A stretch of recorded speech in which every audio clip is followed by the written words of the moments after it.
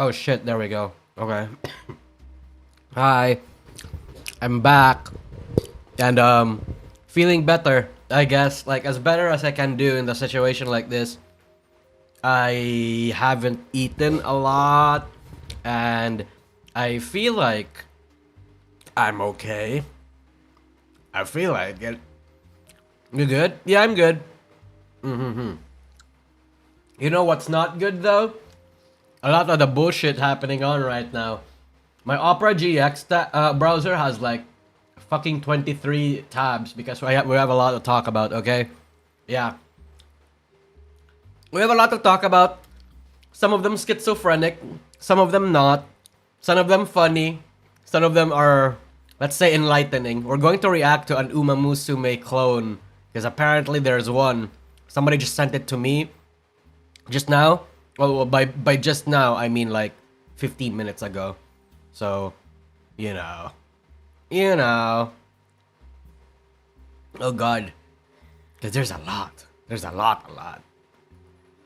Uma Musume clone, yeah. I mean, obviously, as like, you know, VTuber, not VTuber, sorry. As there's like popular franchises try to do stuff, there's always going to be clones. Oh, by the way, thank you, Douglas Diaz, for the fat fucking gifteds again. Please remember to eat sometimes, po. I got before I started the stream, I bought myself some fucking what's it called? Some pandesal. And that's going to be my breakfast because I did just woke up. I just woke up like 30 minutes ago or something. What did I miss? Hi. Didn't miss much. Just talking about food. I'm talking about shit happening recently. The bad kind. Okay? The bad kind. Oh shit, I forgot to start on Twitch. Yep, we just started. So. Which one do we want to talk about first? We have the Zentreya situation. The streamer awards are tonight. Oh fuck, for real? Do you guys want to watch time? Actually, wait, do you guys... I didn't know it was supposed to start tonight. Do you guys want to watch it? Or something? But wait a minute, the game awards are more are like, you know... I feel like the game awards is something worth watching. Instead of like this one.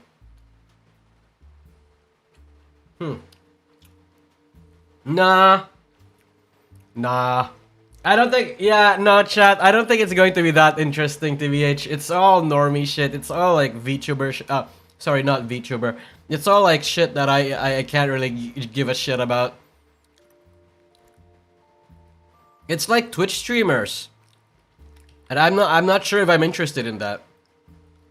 There are Twitch streamers I'm interested in. What I really want to watch, party, though, is the Game Awards. Because, aside from them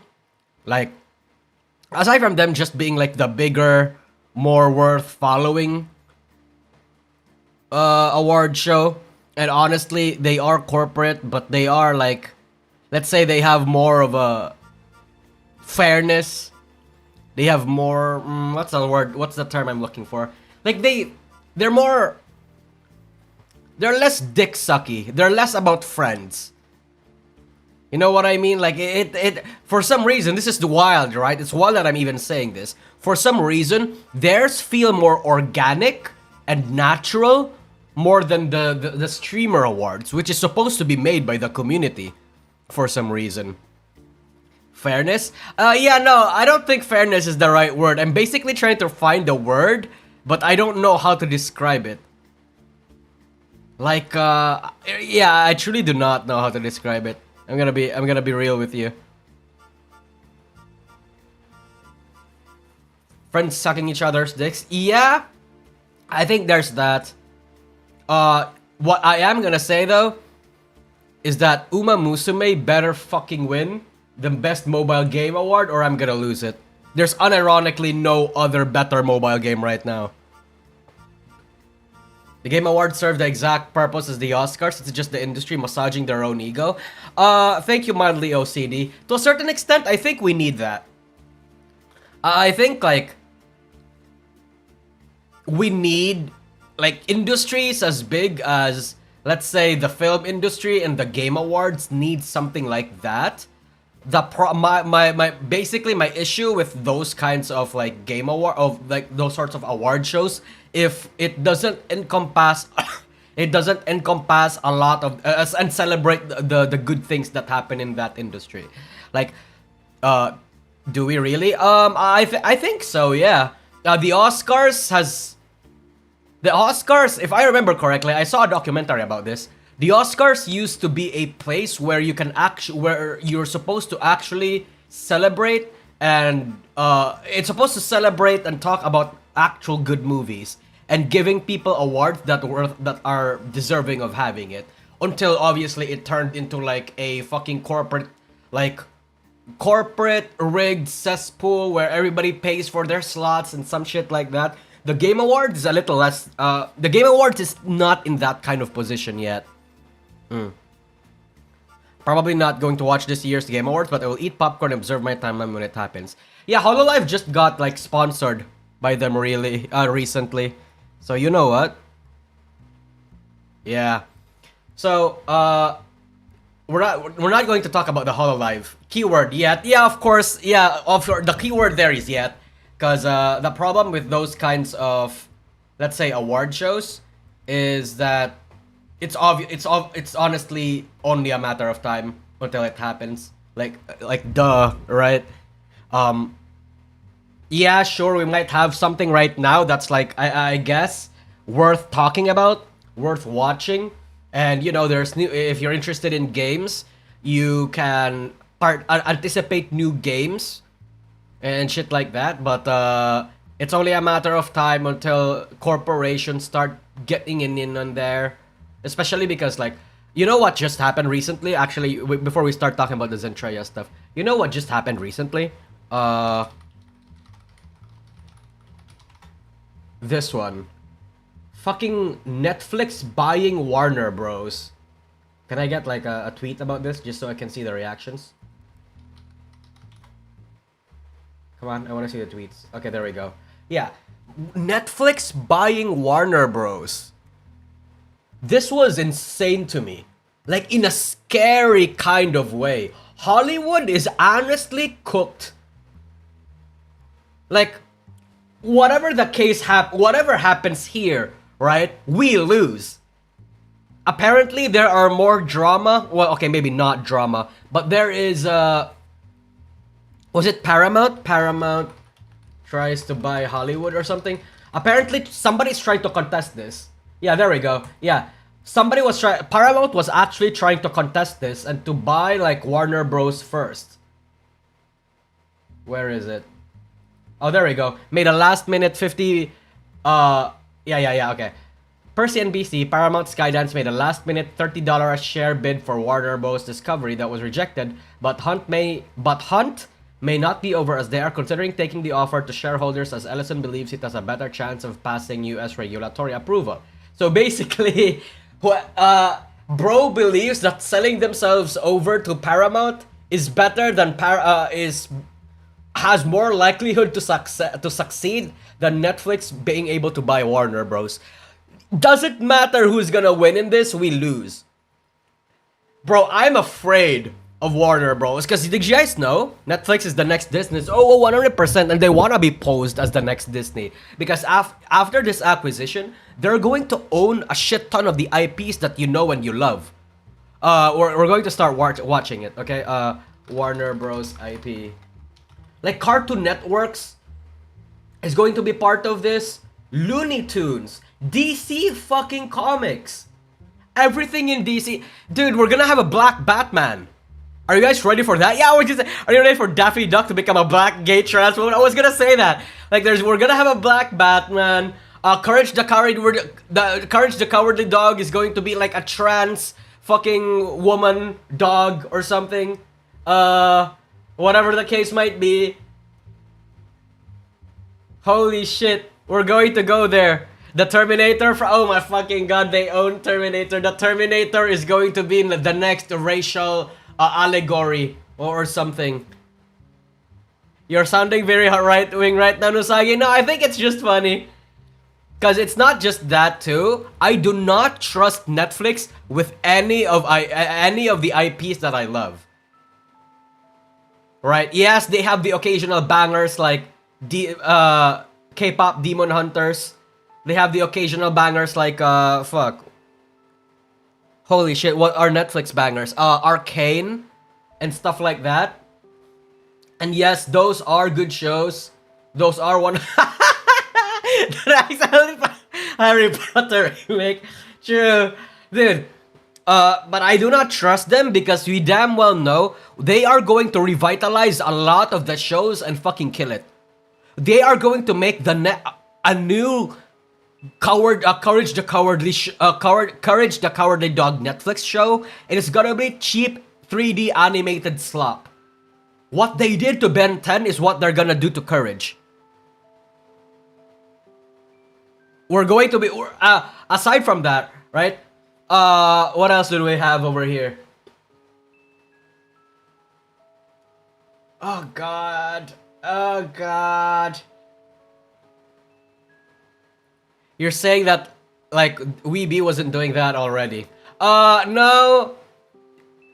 Warner Bros. Is doing that, but with Netflix's acquisition, Netflix is going to do it faster and shittier. I'm gonna guarantee you that right now. Because, like, even then, right, even if you say that, you know, Netflix has the occasional bangers, you have to remember, they didn't make those occasional bangers. They licensed it. Remember... K-pop Demon Hunters was not supposed to go for Netflix. Arcane was not made or produced by Netflix. It was fucking made by Riot Games and Fortiche, which I very much like that studio, by the way. Yeah, at least Netflix still respects animation.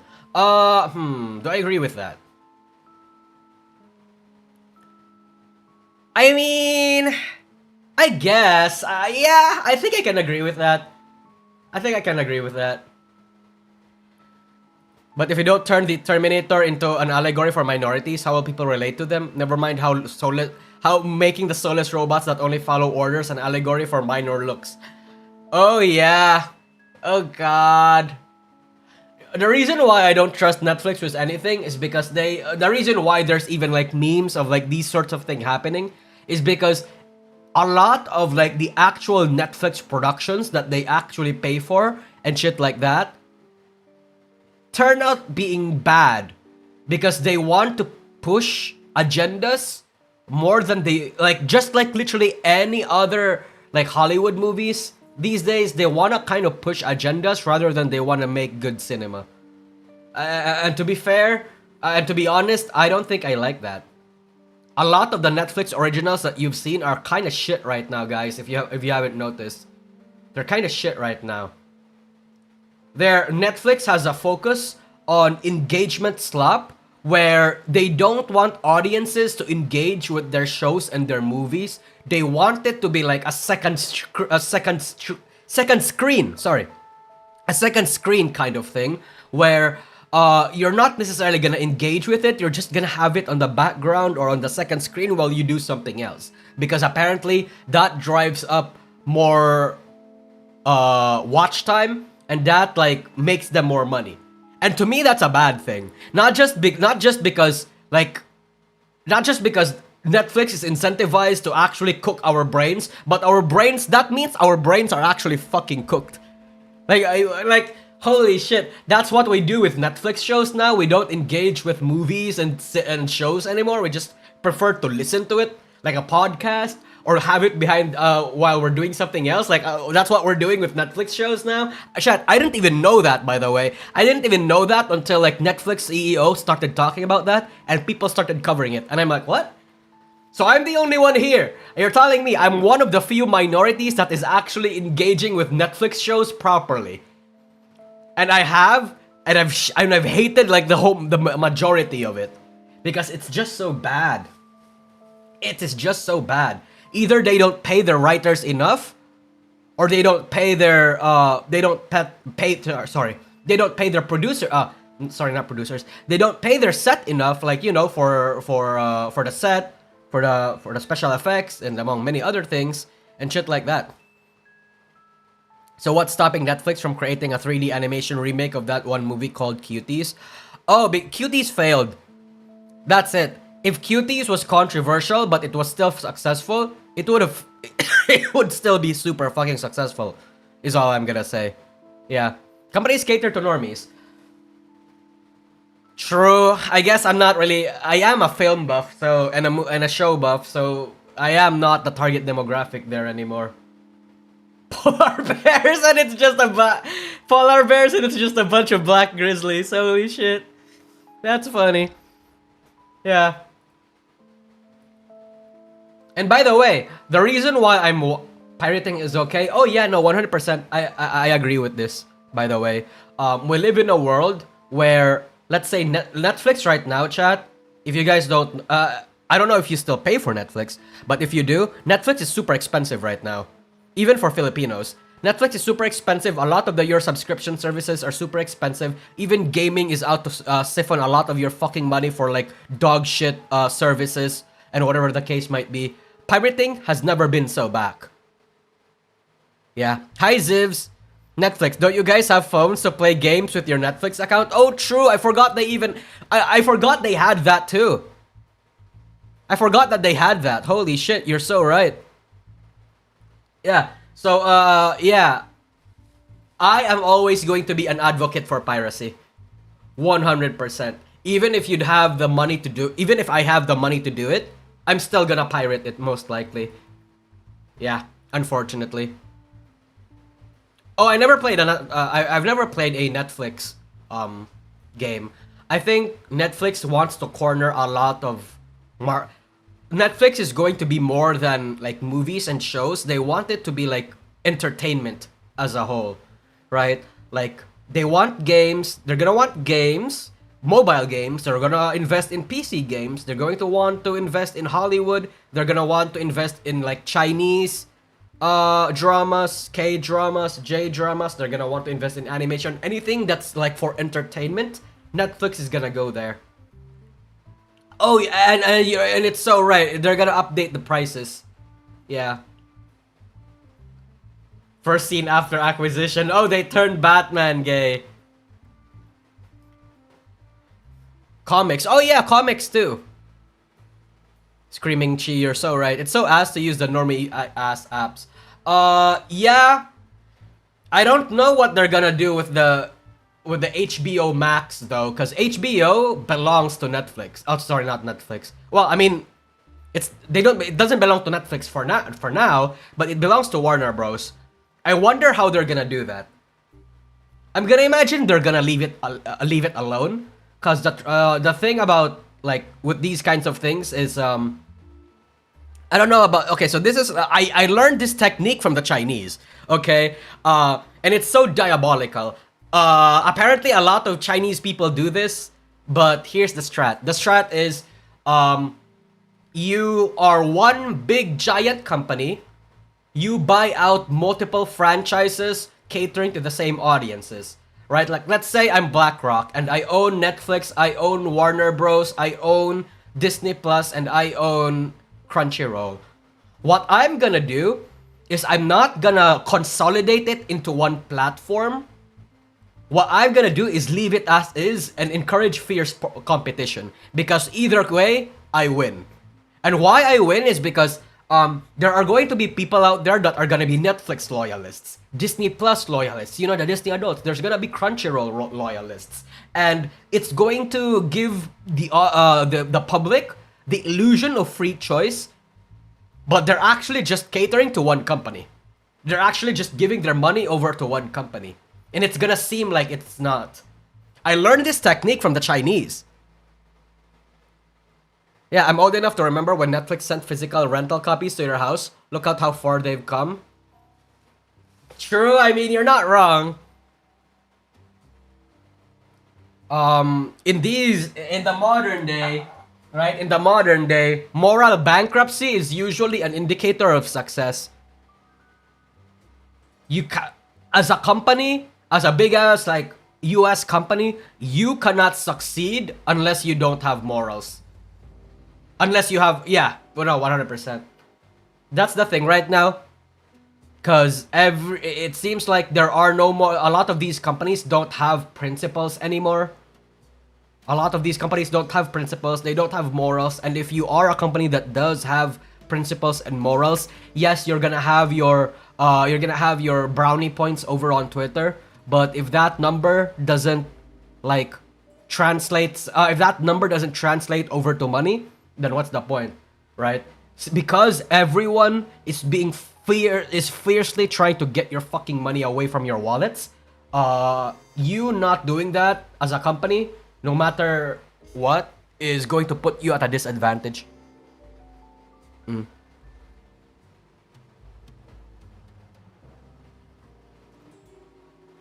Owning the whole market and making it seem as if they are competing. 100%, yeah. It would be better if the stock market doesn't exist. Oh, true. And you guys have to remember. The stock market is not an indicator of success. Like, I hate seeing this shit now. Like, I'm actually like, okay, I'm gonna ramble around economics, okay? I'm gonna, before we get into that, I am so sorry, but it's Philippines related, so I can't. A lot of boomers in PH actually think that S&P 500, okay? Max. A lot of boomers think, especially like here in the Philippines, they think that it's never been more cheaper. Everything, inflation has never been lower. And you've never been more, like, let's say, financially free as you ever were in the history of history, in the course of history, rather, because the stock market is high.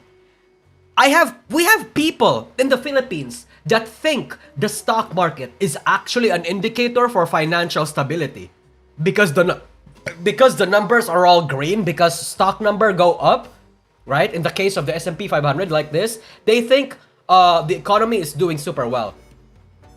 And I'm looking at them like, what the fuck? Why are you basing your like perspective on the US economy? Look at you should be looking at the Philippine economy. Look at the Philippine stock market. Nobody uses the Philippine stock market because it's so dog ass.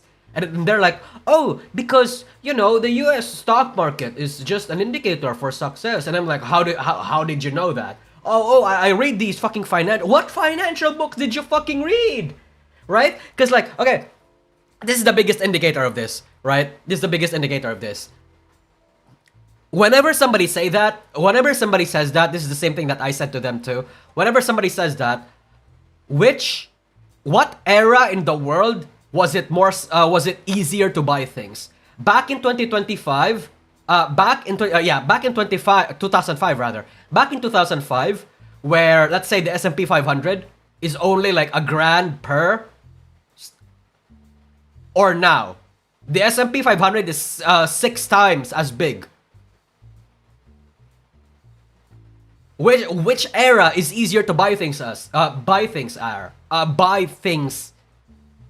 It's going to be in 2005, even if the stock market is low. Sorry, not the stock market. Even if the S&P 500 was just this low, right? And the reason why that is because it's fucking easy. You are going to be categorically more richer, yes, if you already have fucking money. The rich goes richer and the poor goes poorer, 100%. Like if you already had money, if you put like, I don't know, like 10 grand in the S&P 500 back in 2005, yeah, in 2005 that 10 grand is gonna be like 60 grand, of course, duh.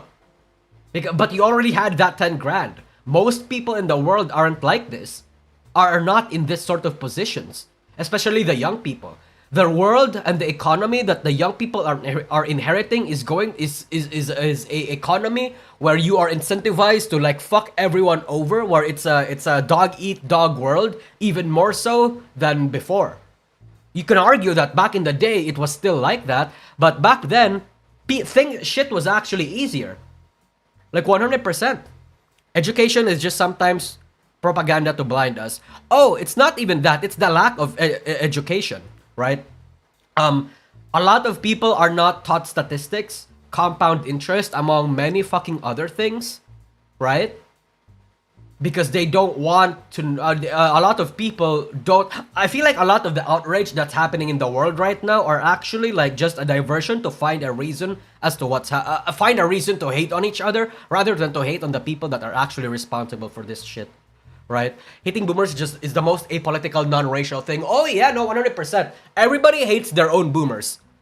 Like even China and Japan hates their own boomers. Not in the like. Culturally, they respect them because, you know, they represent age and wisdom and shit like that. But they hate their own, like, mindset. 100%. A lot of the world right now likes to blame things on, like, superficial... I think superficial problems. Like, for example, in the US, I'm going to be political. Okay, I'm going to be political for a bit. I mean, I've already been political for the past 20 minutes or so.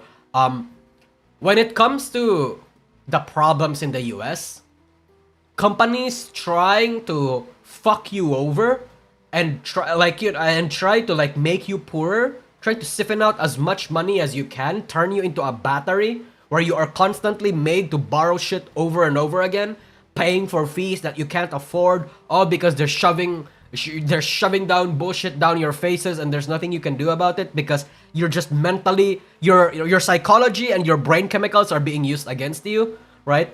They are doing that, turning you fat on purpose, making you complacent on purpose, and they're diverting your outrage towards like people that are actually responsible, which are these fucking vampiric companies, into something else like I don't know, illegal immigration over transgenderism or like identity politics or shit like that, right? The right would have you think, it's because of these fucking immigrants' fault, and the left would really think, oh, it's because people are so racist and they're doing this because they hate. No. I feel like those two are. I feel like, okay, here's my fucking tinfoil hat, right? I feel like the left and the right, yes, they hate each other, but they are like either intentionally or unintentionally, they're conspiring together to make up all sorts of like bullshit to be angry about, just so both like the politicians on either sides can like siphon as much bribe money, as much lobby money, and manipulate the stock market however they please. I feel like that's something that they are doing, and, you know, a lot of people are buying into it. That's just what I think, though. Obviously, I don't have proof of that. It's just a lot of, let's say, coincidences or patterns that I've noticed somewhere along the lines. just blame everything on BlackRock and Vanguard. It's true 99% of the time because the culture have their tendrils in everything. I would actually like to agree with that. Yeah. Yeah. We're actually turning what's that fucking government type in Civ? We're turning into like a cyberpunk corporate we're turning into a economy where and a world where companies actually dictate what these government people do. You are not gonna tell me, you are not going to like convince me that owners of big social media sites, of big hedge funds, of fucking Walmart have their paws on any administration. And that, you know, they're one call away. No. I don't think so. Technocracy? I don't know if technocracy is the word for that. Let's see. I'm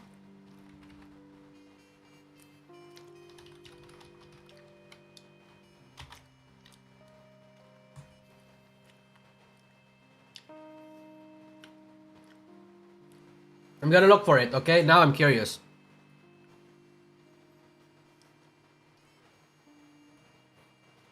Corporate libertarianism. Is it it?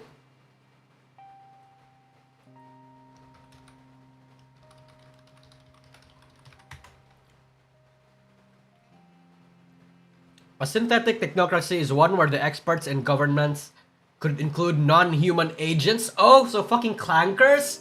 No, absolutely not. We're not gonna have, yeah. Corporate, yeah, this one has corporate in it, so it might be this one.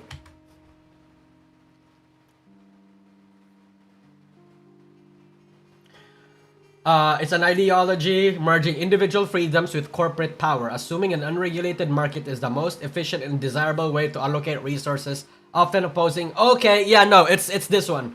It's corporate libertarianism. Yeah. Yeah. Nope.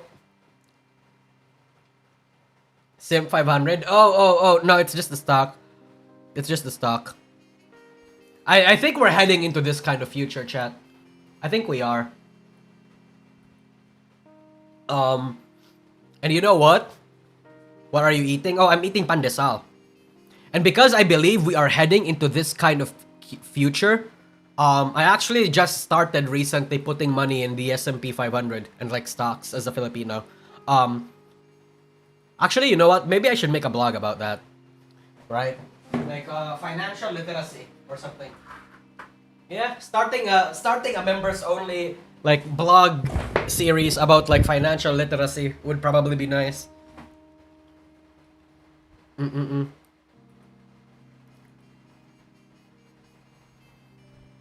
not gonna options, dude. I'm not gonna do that. I don't recommend doing it if the market crashes due to AI. Oh, even if the market crashes, it's still gonna bounce back, right? Let's see. Let's look at the S&P 500, right? If you guys remember, this was okay. So this was the this was like, you know, over here was like peak at the time. Then the whatchamacallit? The dot-com bubble happened, 9/11 happened, and it sunk to like 8 fucking hundred. And if you were a betting man and you gambled against the stock market during this time, you would have made a lot of money. And then started raising it up again. And then the 2008 financial crisis happened. Boom, sank back up again, of course. But then it started picking back up. And then COVID hit, boom, started picking back up. And now we're here. Yeah. Like I think I think like the S&P 500 and stock market in general is always going to go up. I don't know.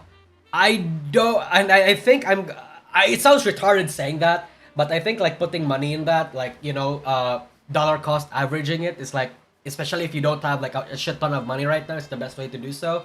But and that's what I plan to do, right? That's what I plan to do. But like I said, I firmly believe we are heading into a corporate libertarianism. So that's what's gonna happen, I think. Even if it crashed by 50%, we'd just be back at pre-COVID levels. Yeah, we're gonna lose a lot. If you invested a lot, you're still gonna lose a lot of your money. But yeah, 100%. Anyway, let's go back. Let's go back to like what we're supposed to be talking about, which is like VTuber stuff. God, VTuber stuff. Once teleportation gets public, fuck, dude. If there was a company actually researching teleportation shit, I will actually buy that. I feel like when you create teleportation and you commercialize it, that's going to ruin a lot of industries. Like let's see. It's going to ruin, let's say, the train in the trains. No, actually, no. Here's what's gonna happen, right? Yeah, what's gonna happen actually is, first, teleportation is going to be used not for public transport and shit like that, but for cargo. Yeah, no, 100%. Yeah, cargo. Yeah, ship cargo. Yeah, for cargo, for delivering goods, right, and shit like that. So, if China and the US, say for example, wants to make a deal, they're teleportation pods just somewhere in the middle of a desert. Boom, turn it on, goods exchanged, and you're done. Boom. All that without wasting any money on ships, without wasting any money on anything, and boom, the stock market is gonna go fucking up. 100%. That's what's gonna happen. Yeah, logistics first, obviously, and then it's going to be like an exclusive technology used by the military, and then yeah, it's not going to be commercial. It's not going to be available for those people yet. It's going to be available for the military. That is going to be used by the rich people, like the billionaires and shit like that. And then it's slowly going to dwindle over to the common folk.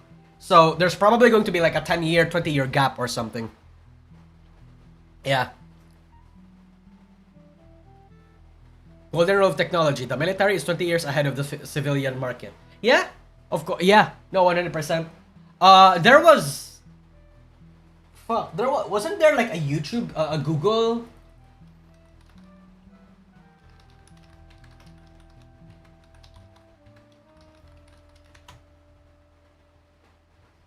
There was like a... Fuck, no, chat. There was like a Google archive. It's somewhere in my saved folders. There was a Google archive where they actually started researching technology, and that they could actually, like, they have the theoretical on how they can do it. They literally have the Howard Stark problem where their technology is limited by their time. Like yeah,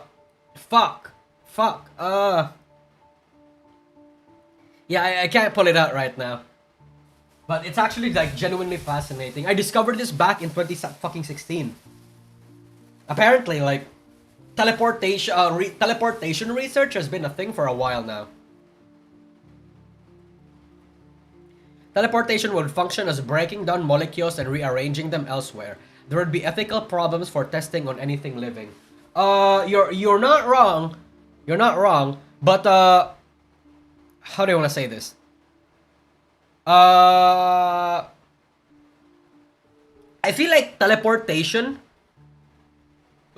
when used like that... Wait, actually, you know what?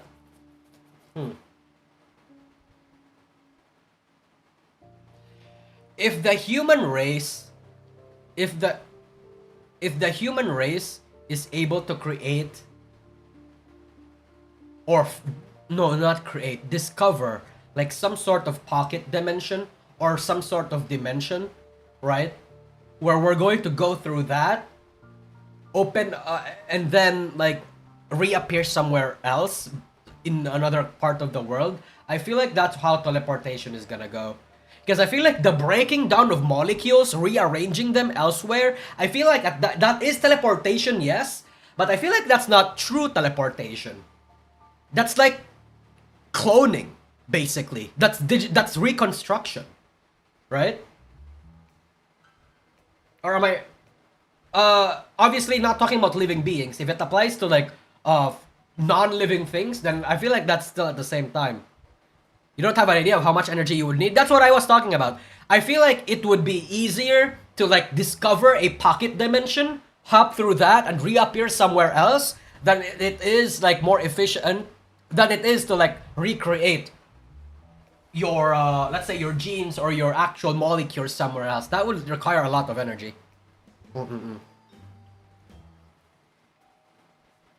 Warhammer. It just becomes Warhammer. You're not wrong. You're not wrong. At that point, it straight up just becomes the warp. Yeah. Yeah.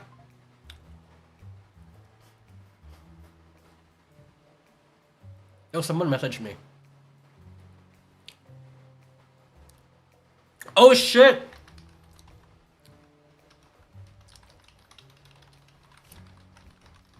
Oh shit! Chat. Breaking news. Breaking news.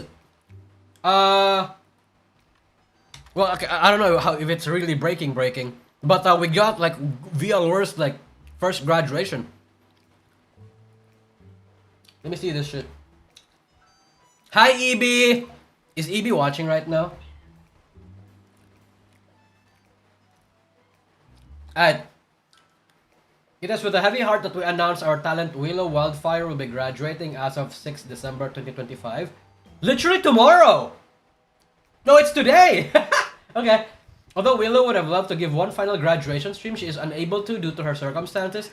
This is an amicable split between both parties due to health concerns for and shared by our talent. Yet VLOR are thankful for the role that Willow has played since her debut and hope everyone can see her as the star that she is. Willow requested that her content be made private, which VLOR will respect 24 hours after this announcement. The accounts pertaining to Willow will be privated. Willow also has a request to not appear in future pre-recorded content for VLOR, which will be honored by us. We want to particularly thank the Whispers for their love and support. Okay. Okay. I see. Blame EB? Yeah, of course. EB fucking listens to her every single time. And this is what happens.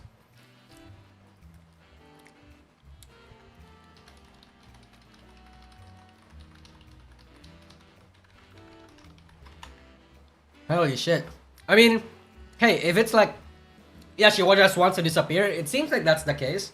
We don't know, right? It seems like that's just the case. She just wants to like stop, not throw a graduation stream, and she doesn't want to do a graduation stream because of health concerns, I guess.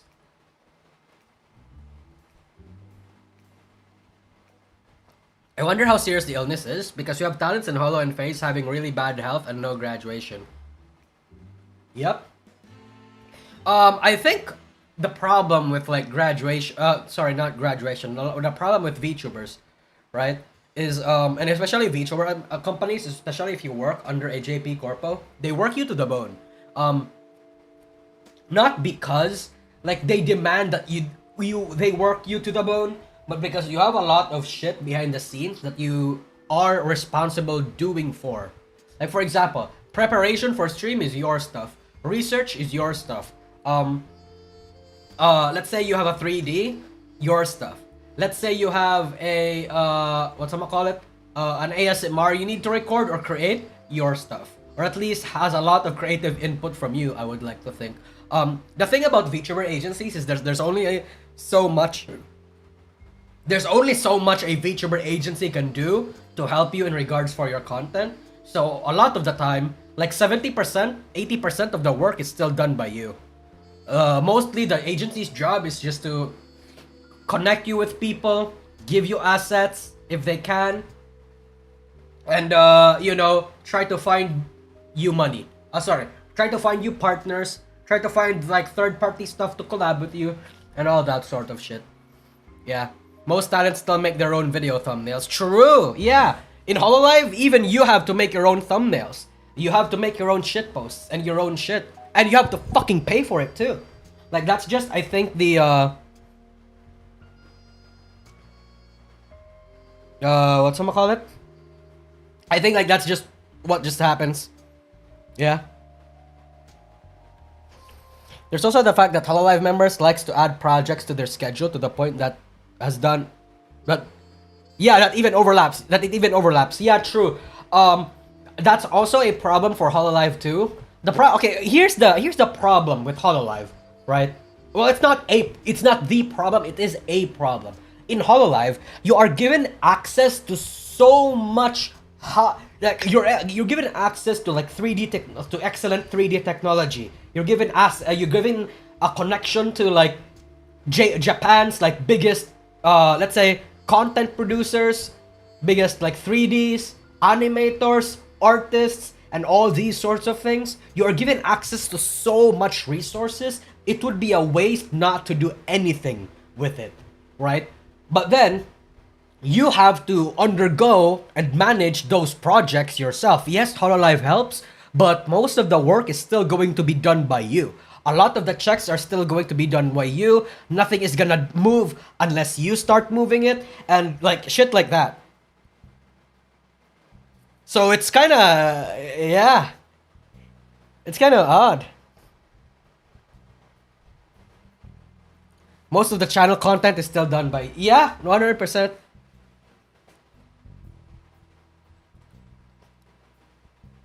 But to private everything after not saying goodbye in person seems a little sketchy. So here's what usually happens. It is sketchy, and you are probably right in presuming that it is sketchy. I'm not saying that this is the case for what's happening in VLore, but let's say for Hololive example, Jisanji and shit like that. When a graduation happens immediately, they are not given a graduation stream. It's because both the agency and the talent doesn't want to do, or maybe it's mostly the talent. The talent doesn't want to do the solo and dance. It could be for health reasons, sure, but a lot of the time it's just the talent being angry. And they don't want to give the agency money anymore. They want to leave ASAP. They're not content with what's happening in the agency, and they just want to go immediately. And the agency is gonna word it as if, like, you know, we have mutually decided that this person is not gonna have a graduation stream, and technically they wouldn't be lying if they said that. Speaking of, Korone and Hachama aren't showing up to an upcoming Holo event. Oh, true. Yeah. So Hololive, yeah, okay. Yeah. Let's talk about that because I think this is important for one particular reason. Where is it? Come on, Twitter. Yeah, okay. So there we go. This is fucking chat. This is HoloFest. Okay, this is fucking HoloFest next year. We have decided to forego the appearance of Akai Hato and Inugami Korone. And this is concerning because yes, I'm gonna be real with you, Korone, I can believe that she's going on a hiatus for health reasons. But Hachama, I think Hachama just doesn't want to.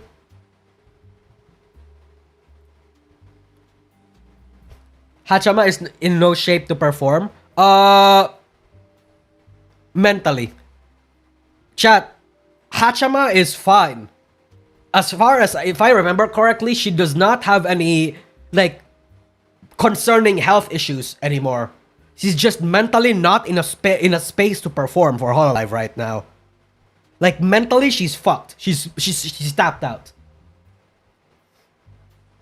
And in the case of Inugami Korone, that's also concerning for this year, for the next HoloFest, because who's gonna do the fucking backflip, dude? Who's gonna do the backflip? There's not gonna be any backflips. We're fucked. And you have to remember, Korone is like a big part. Oh yeah, look, she even tweeted about this. Korone, I can believe, is just for health reasons, but like, you have to remember,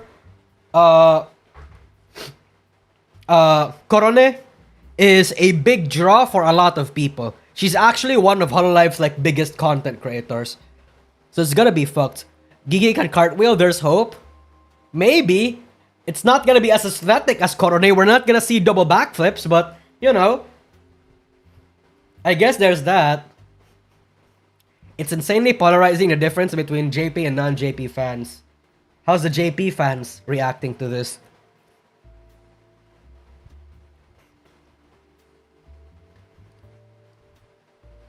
Yeah, I agree. I agree with what bro is saying.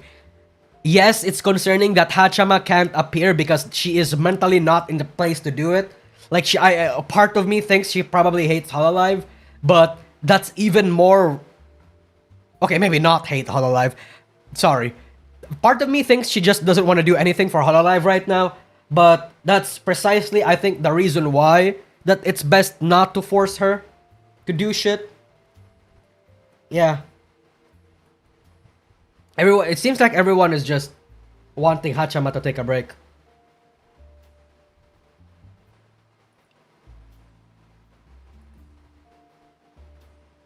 Yeah, it seems like the JP people are actually like supportive of this.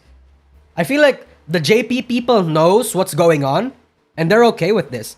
Wait, who is the eldest in Holo that we know? Is it Korone? Yeah, it's Korone.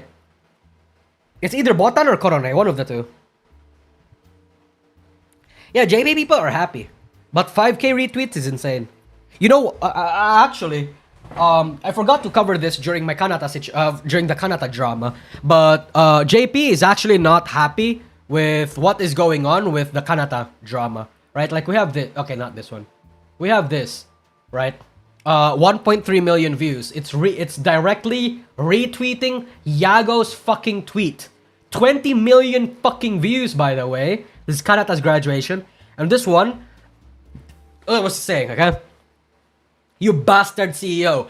Read aloud once more what you answered at the shareholders meeting. Tried giving the same explanation to the shareholders again. You can't do it, can you? If you couldn't do it, does that mean that you were just spouting bullshit? Are you looking down on the shareholders? If you couldn't do it, then change the personnel or bring in outsiders to fix it.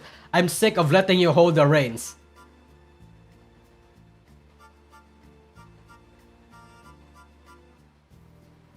Wow. Wow. Yeah, people in JP are mad, chat. Are mad against, like, Yago and Kanata. It is not disagreement with management anymore, it is management failure. Things have been cleared. Why did this happen? Why did this keep happening? Where's your promise? Where's your responsibility? Blah, blah, blah, blah, blah. 1 million views. Holy shit, look at this. Let's see what this guy is saying. Let's also see. Yeah, let's see what everyone else is saying. Oh, what is the TLDR on Hachama? Thank you, the Heihachi. Basically, Hachama is not in a mentally well position right now, and like a couple weeks ago, she actually crashed out on Hololive. She broke a lot of rules that might be actually grounds for suspension. Like, for example, you know how you're supposed to wear gloves when you do a cam stream? Well, she didn't do that, and she left a note somewhere in the camera saying, "Why do I have to do this shit? Why are you making this shit up?" She was angry. And then she was saying shit like how, like, the company was not taking care of her properly, and she's being overworked and shit like that. Yeah. A lot of them were like vague posts, but people can put two and two together. And basically, after that stream, there was like intense backlash from the JP side of things, because they did not think that they were treating Hachama the best. And after that, Hachama and her manager, I'm guessing, made a post on Twitter saying that, yeah, Hachama is going to take a mental health break hiatus. It was pretty bad. She was crashing the fuck out. Like, she was crashing the fuck out. She had a mental breakdown on stream, bro. Yeah. Yeah, she's very mentally unstable because despite being an early gen, she's one of the youngest in the company. Yeah, no, 100%, yeah. I said this even back then covering the Hachama situation. Hachama is in a very weird spot because she is like one of the Dai senpais, but she's also the youngest, so she literally cannot connect with people her age, even if she wants to, because they can't not help but see her that way. Hachama is in her late 20s now, right? Hachama is 22 right now, I think, or 23. Like, we're roughly the same age. Hachama and I are roughly like 1 year apart. Yeah. Yeah, that's what's going on with Hachama. So yeah, anyway, let's look at what's happening here right now. You mean Bay is older than her? Yeah, Bay, chat, Bay is, yeah, no, what, yeah, Bay is older than you. Bay is older than her, yes. Let's see. Honestly, as a fan, I don't want to say anything negative, but rather than support your favorite while you can, I'd really like them to create an environment where we can support our favorites with peace and fun first, sincerely. With so many leaving all at once, including last year, even from a fan's perspective, the anxiety about who might graduate next outweighs the enjoyment. It's impossible to support them with peace of mind. This is the problem when you, as a company... Oh, my cat. Bay is not the younger Zoomer anymore. Yeah. You have to remember, Hachama started out as a fucking minor in Hololive. Yeah, we can argue the semantics and say, well, in Japan, it's actually not, she's actually not a minor, but, you know. As a what? As a minor. Yeah, as a minor. She started, chat, Hachama started when she was in high school. She got like, yeah.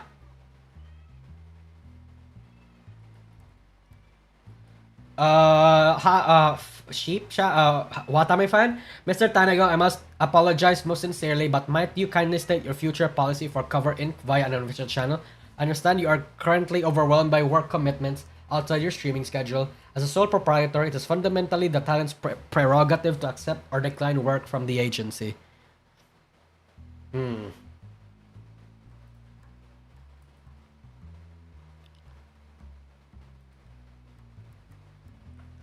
there's a lot of this shit going on. The most dangerous aspect of this company is that when the various problems arise, they show no signs of establishing an independent third-party organization, instead sending off people with a smile, as if to say they themselves are not at fault. They talk of improvement, yet offer no concrete proposals for change. They don't even understand what the problem is. It's no wonder people keep resigning. Oh yeah, people are mad. Holy shit. The comment really doesn't read the room, does it? It's bound to rub people the wrong way. People quit precisely because they don't feel supported. Yeah, because Hachama said this. To say you'll improve for those who quit over that. Honestly, just saying thank you would be better. Yep.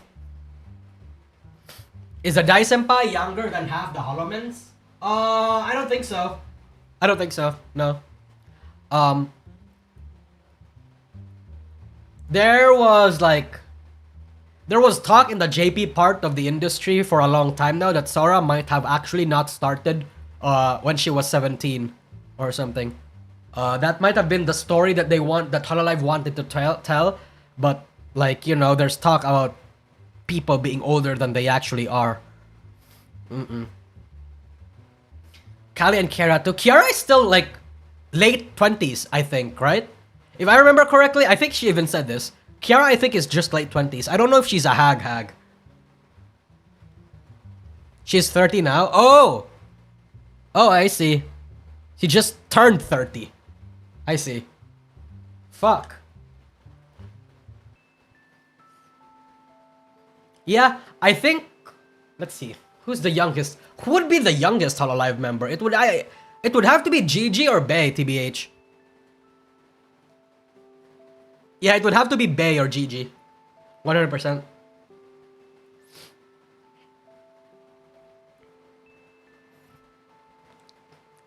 Gura? Fuck.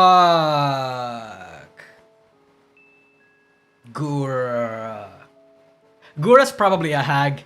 I'm gonna call it right now. Gura's a hag, or at least approaching hag status. She's probably a Christmas cake. Like 28 to 32 or something. I'm gonna call that right now. Yeah. There's just no way.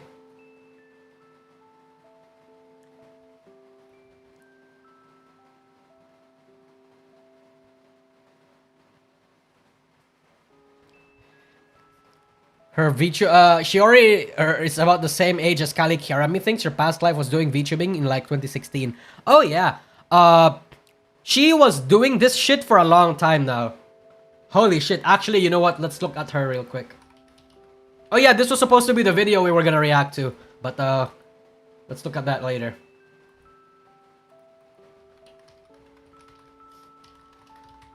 Let's look at you.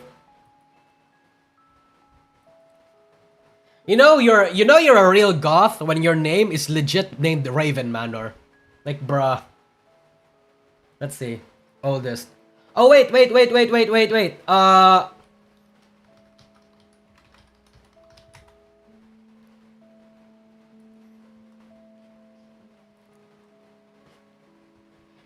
3 signs you're in a toxic relationship.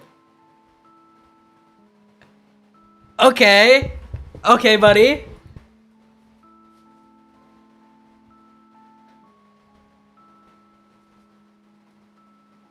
Okay.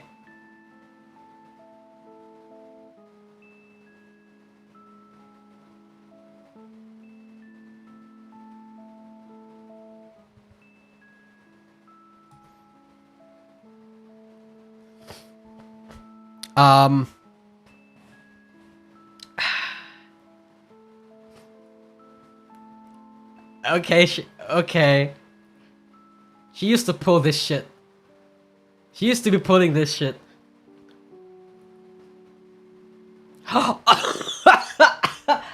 Oh my fucking god, I forgot. Yeah, Aileen. Duh. Aileen. Sorry. Fucking duh. Of course. Yeah. 11 fucking years ago. And she appeared as early as 9 years ago.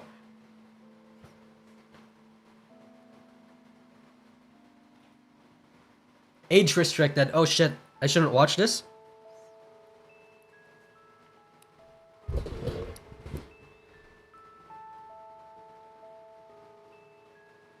Alright. Oh shit, oh my fucking god, she used to be, okay. Oh wow, we ancient? Oh. Muted. Oh my god, I'm retarded. I've been enjoying this shit myself. I am so sorry.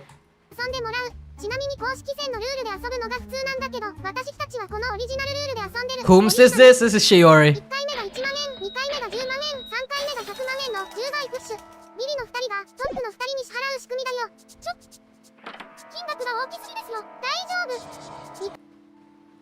Okay, wow. Chat, this used to be VTubing back then. Okay? This used to be VTubing. This was like... You have to remember that Aileen was the meta.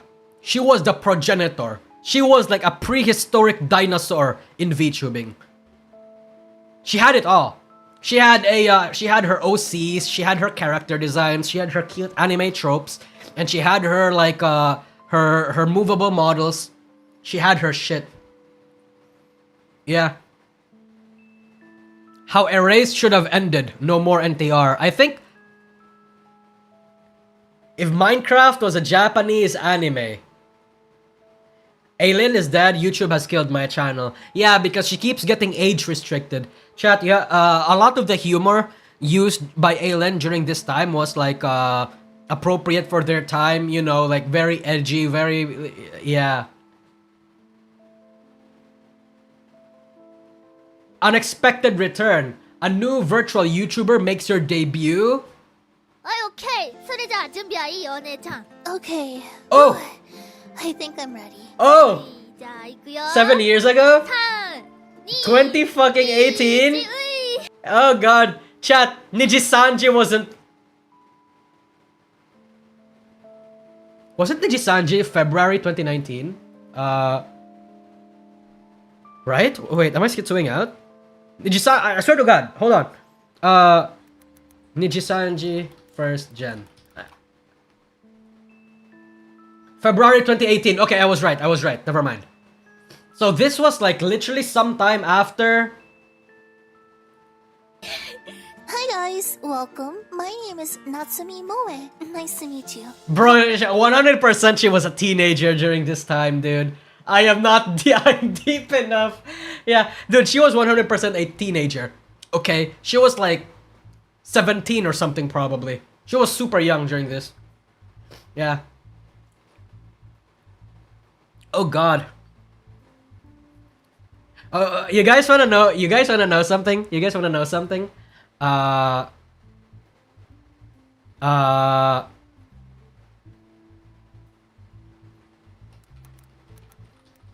I'm gonna show you guys something, okay? I'm gonna show you guys something. Hi, me. We're gonna scroll by oldest. Wait, what? Dude, why can't people see this? Dude, people aren't supposed to see this. What is wrong with YouTube? Holy retardation. Whatever. Did you get content nuked? No. I'm just surprised my fucking members videos can be watched. Okay. Okay. We're gonna click on this video. And we're gonna scroll down. This was one of my videos 3 years ago. Who started the Oh god, my voice. Holy shit, hi Mildly! Hi Mildly, holy shit, bro has been here since the OG. Bro was an OG, I didn't know that. I forgot a lot of the people that still used to watch me. Okay, so, Comdust is here. You know who else is here? Would you look at that?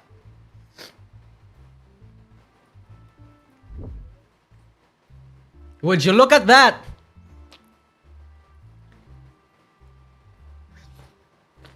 I'm glad. This is why I was happy when I saw you.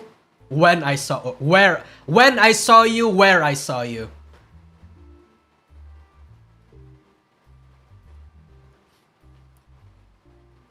I'm glad you're happier now.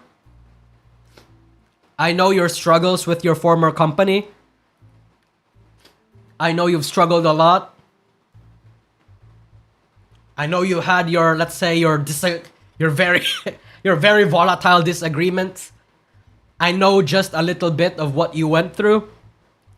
And you know what?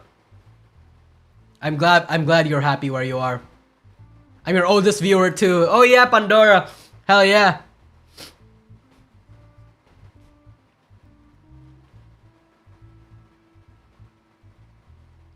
Nisagi and Shiori collab when? Oh, nah. I'd rather not. I'd rather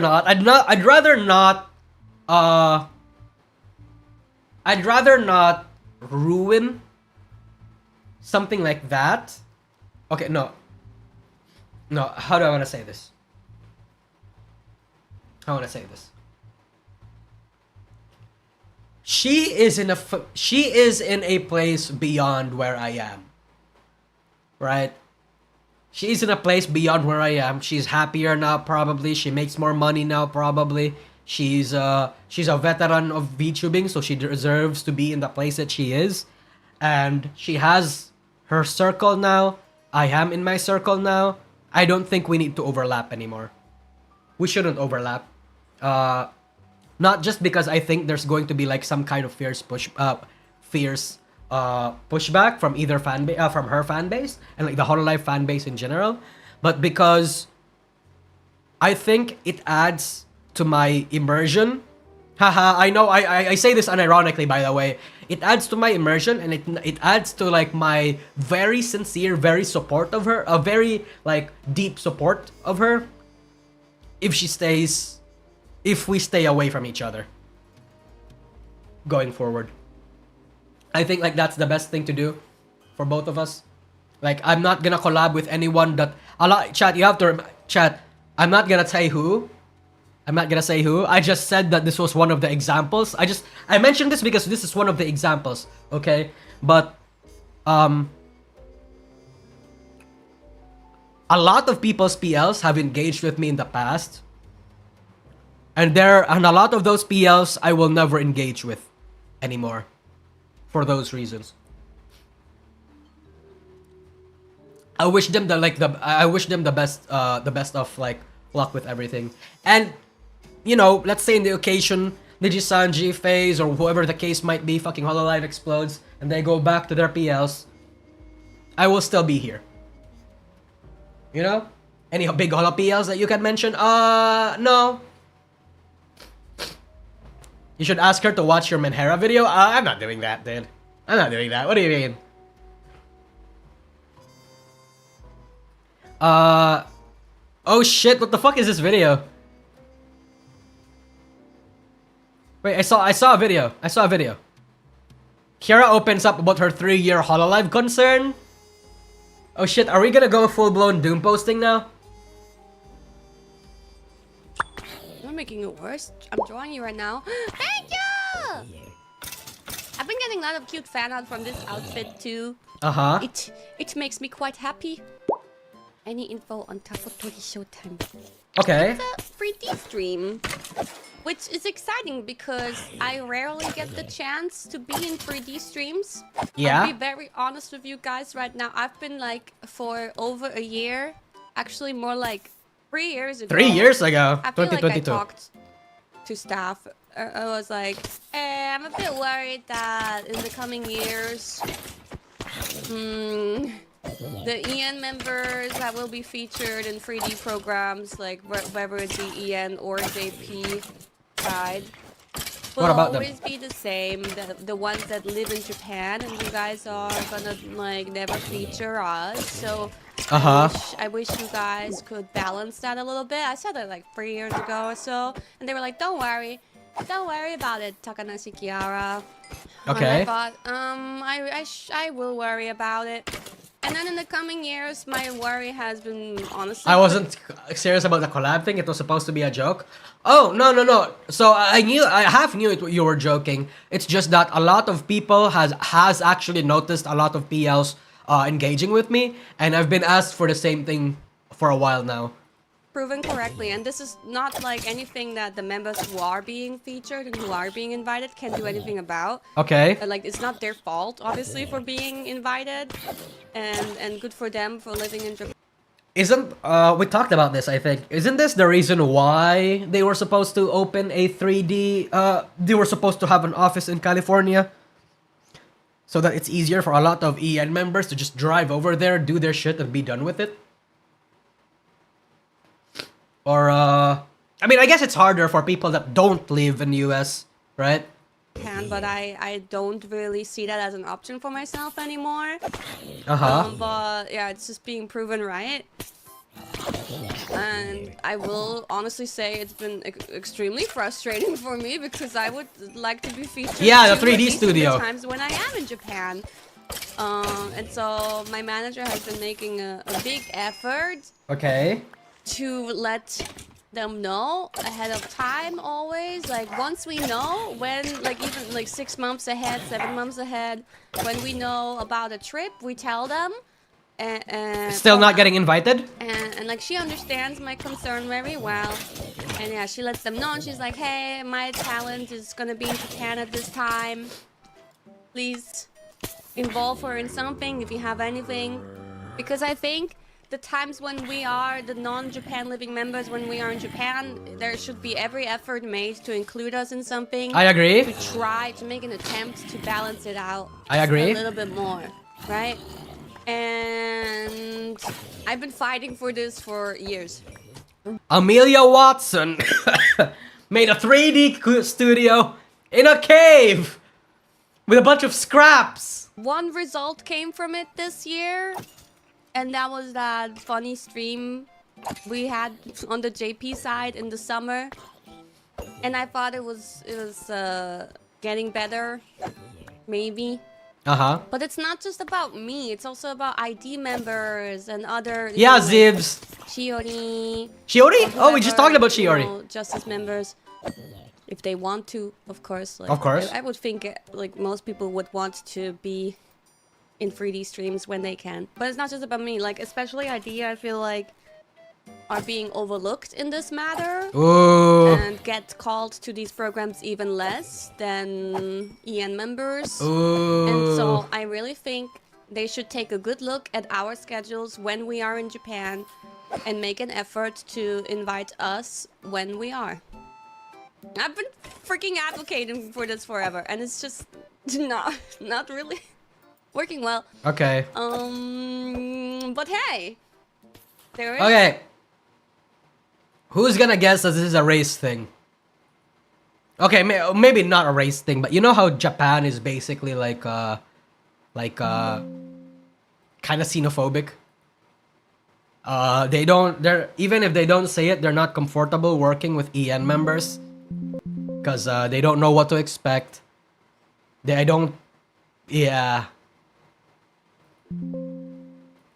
I'm gonna put a wager that that's probably like one of the case.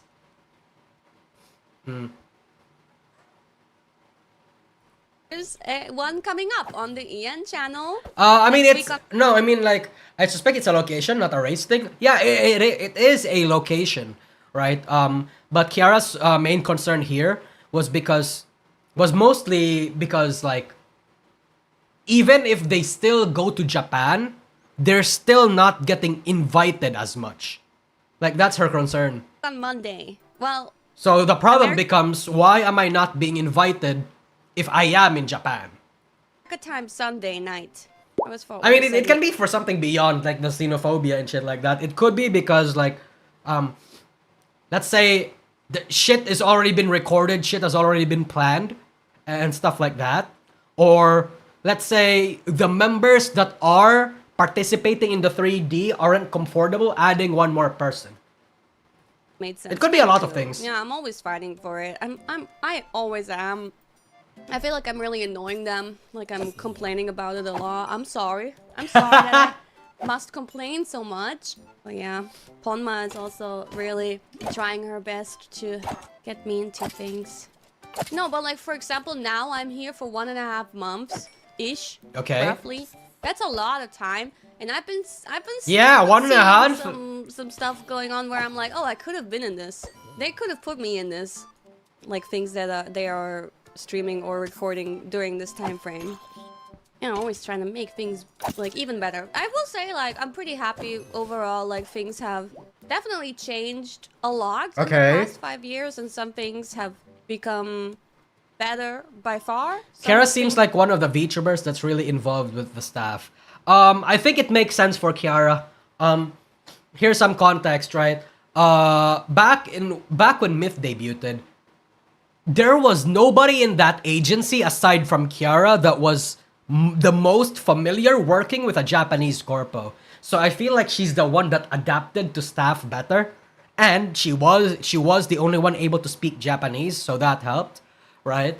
Like especially like in an idol entertainment sector. Like, yeah, Kiara 100% had like the experience of being better, being able to work better rather with the staff there. So it makes sense that like she works with staff a lot, and she is able to communicate a lot of the EN problems and a lot of the EN requests better than most people in the EN branch. Not Callie. Callie knew Japanese, but she wasn't like conversational. She was if I remember correctly, Callie was not conversational about Japanese. She probably wasn't even in N5. I would like to think. Like, she knew phrases, she could understand what people were saying, but I don't know if she could hold I don't remember if she was able to, like, hold a conversation in Japanese. I don't think so. Things have become better depending on your point of view. Like, it will be things that, depending on what kind of person you are, you will maybe not see as becoming better. Uh-huh. You know what I mean? Like, if you know what I mean? Depends. Yeah, I know what you mean. Depends. Okay. I think, you know, I want to praise them for, like, improving a lot of things, too. Like, we have so many game perms right now, and, like, we can get perms for member streams specifically, and also now we can get perms for Twitch streams, and now I think they, like, automatically even ask, instead of me having to ask for this specific game to be specifically available on Twitch, and etc. Yeah, there has been improvements, I would say so. They like kind of do it on their own, and we get like a lot of like game codes sent to us to our way, and that's just something off the top of my head that I can say. But yeah, okay. there's a lot of internal things that are also getting better, of course. Cool stuff. Cool stuff. What should we... Game perms used to be a really big problem. Yeah, VTubers of agencies have died and lived via through game perms. You know, that's basically... Dude, it was actually like Mio that awoken them up to the problems of game perms. Correct, this is fine. Can we take this? More stuff is suspending. Oh yeah, another thing, you remind me. Like, we've been getting so many managers, and I like so many of them. They're all really nice. Okay. And we've also been getting new directors. Okay. And who like, they kind of like are in charge of throughout the year the things that a generation will do. They've been planning things. You alone have 2 managers? No, not well. Genma has kind of. She's too busy. She's barely my manager anymore. Oh, I see. That's fine. Yeah. She's still like she still has an ear to listen to me, but Ponma has been eating good and Eating good. making me proud. Okay. My new manager been doing well. Ponma actually has some days off during my trip, which leads to Genma having a big comeback. Oh. Will manage me for like 1 or 2 days again. Well, we even Yeah, that's just the what you kind of do when you have a manager in Hololive like this, right? Being a manager for a small corpo versus being a manager for a Hololive talent is like leagues fucking different. 100%. Kiara still has to be careful with her words because corpos watch out for this stuff. I don't think Kiara's gonna... Yeah, I mean, I agree where Kiara has to be careful with her words. Yeah, because she can get bonked by this. That is right.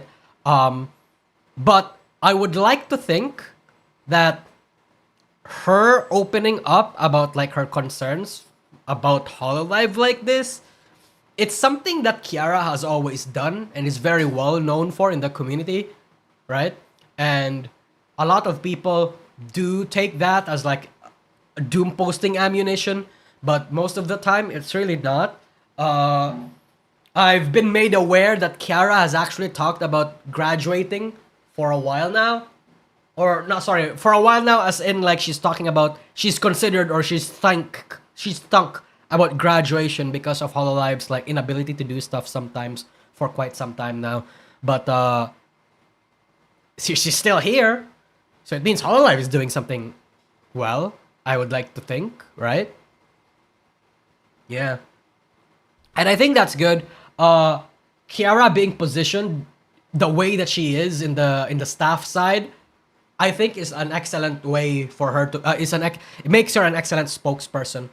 even like another cool thing is like we have a program, like 3D slash no, general, actually not just 3D, 2D programs too. Like program director now for a while now, Okay. over a year, who speaks awesome English. Oh, Dimitri? And Japanese, of course. Okay. Who's in charge of our programs. Like, if we do, like, I don't know, something like Ian concert announcement stream or so, she'll be in charge of it, and she's really fun. Oh, it's a she. And yeah, it's really good that they hired her, because She gets we it? have so many members who don't speak Japanese, so we need someone who speaks Japanese. Yeah, and she produces the... Dude, yeah, Kiara is unironically Elira of Holomyth, except probably not as power trippy. No males hired allowed. If I remember correctly, Hololive has a rule where they do not put male managers for female staff, for female talents. Yeah, they don't do that, for obvious reasons. Cause was there an incident? Was there an incident? I think there was an incident. I can't just name it on top of my head right now. Yeah. Oh, it was the Yozora Mel situation, I think. Yeah. Okay, so a little lore drop on you guys, okay? A little lore drop. If I remember correctly,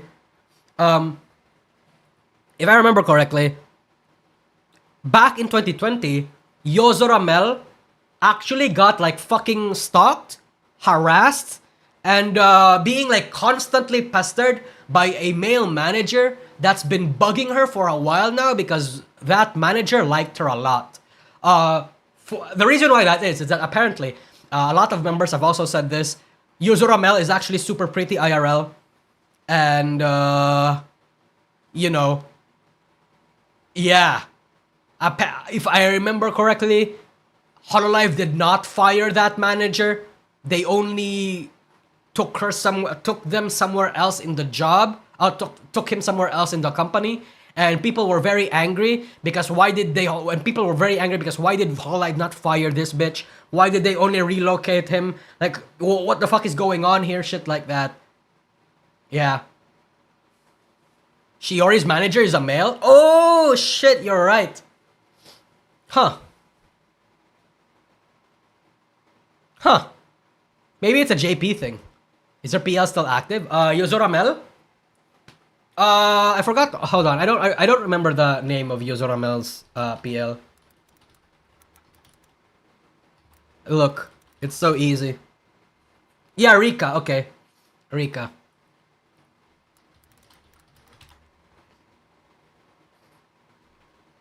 If I'm honest, I don't like the direction of Holo. It's been feeling more corporate and more corporate. Oh, I agree with that. I do feel that too. Hololive has indeed felt like more and more corporate. And I think that's by design. Yeah. Like, I think they do intend to do that. And it does kind of suck. I don't like it. But me personally, if the girls are happy, then whatever. 666, by the way. Ooh, I don't know how to say, I don't know how to feel about these numbers, Chief. I dig the white hair. I love my white hair. And my red hair, my white hair and my red irises. It actually kind of looks like Chloe, I'm not gonna lie. But, ooh.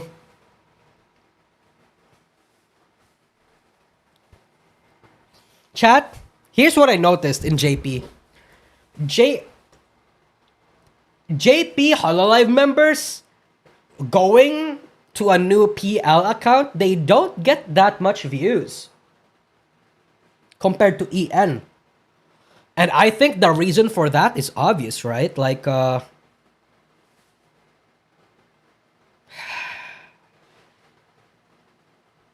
do I want to explain this without being rude? I think Hololive fans only watch Hololive VTubers.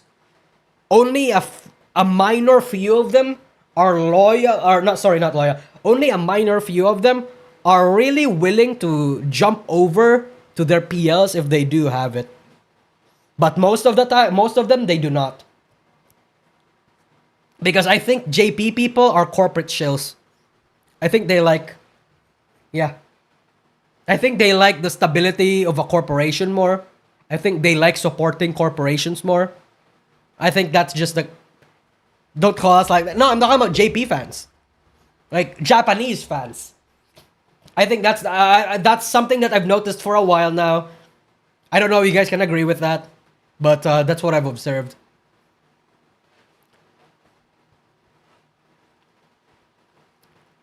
Yeah, obviously, because they don't blast their old company and we don't know nothing of Nihongo, can't understand this shit, bro.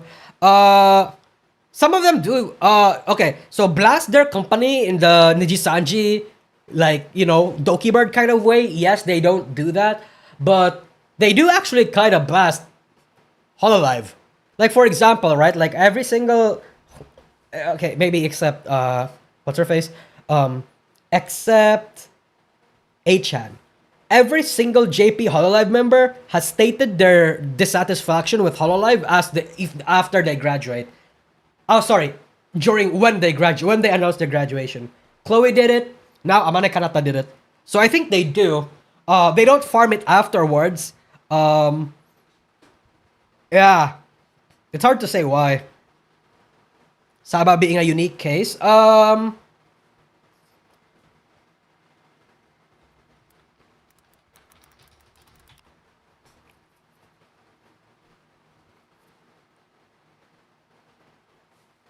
It's probably a bad take. I watched Gura more for after she became Saba.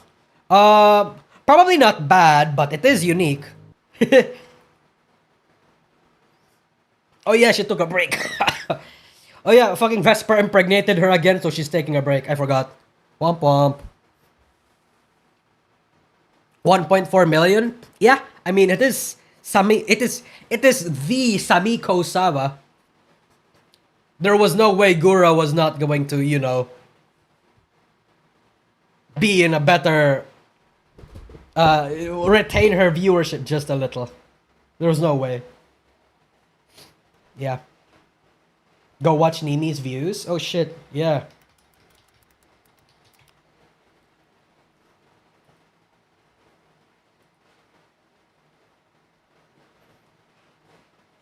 Okay, so like 50 to 100k.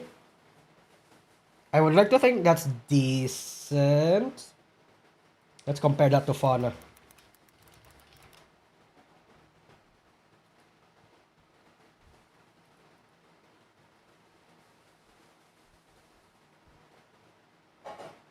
Ooh. Ooh, a lot of these are members only, so we will ignore. Ooh, okay. So obviously she has more views as Fauna. So it seems like it's either like a lot of the unicorns did not watch her anymore, plus the fact that she graduated over to indie. Which makes a lot of sense, you know. The marriage difference. Yep, the marriage difference. Go to the middle when she didn't announce her graduation. I'm pretty sure this was before she announced her graduation, right? Yeah, I mean the Goth Fauna reveal place. Yeah, this was before she announced her graduation. And this was her normal viewership. I see. Halved her views? Yeah, sort of. It kind of halved her views. But that's fine, because I would like to think her not giving out the Hololive cut actually makes her a lot of money still. Like, it makes her more money still, rather. Yeah, it did actually halve her views. Look at this shit. Wait a minute.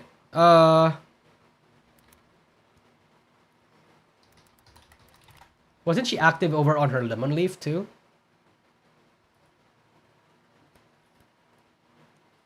Oh, she's still doing this shit. I see. I see. So here she basically role plays.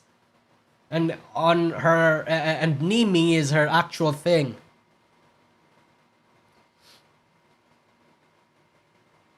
Barely active. Yeah, I mean, fuck, Lemon Leaf ASMR, make an NTR ASMR just to fuck with the parasocials and to make me happy and my life is yours.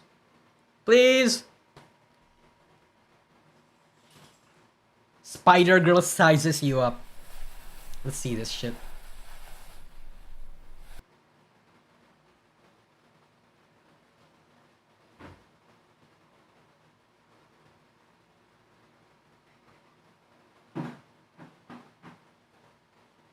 Oh, she's like, okay, I see. So she's basically like literally sizing you up. Like she's, you know, checking your sizes.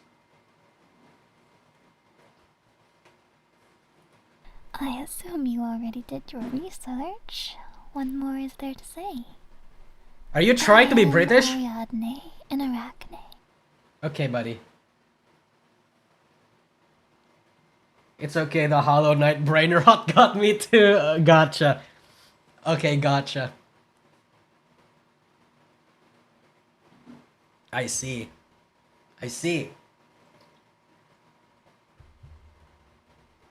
DNNTR pleading. Dude, when I said that, my hands were literally on the air. I was praying to the gods above, dude. I'm only human. Yeah. She's like percentage British. Oh, she's, you know, she's Aryan as fuck. This bitch is the whitest girl you can think of. She's Irish. She's Aryan. Yeah, she's super. 100%. Anyway, where was I? What was I talking about? Oh yeah, we're gonna talk about this. Okay, we're talking about this because we kind of went on an entire 2-hour tirade over here, fucking 2-hour tangent. Okay, so we're going to talk about this. So, who is this bitch? Kairyu Crocodile. Well, this was supposed to be a member that was going to join the ex VShojo idol group. Okay? Something is approaching, yeah, and it's this girl too.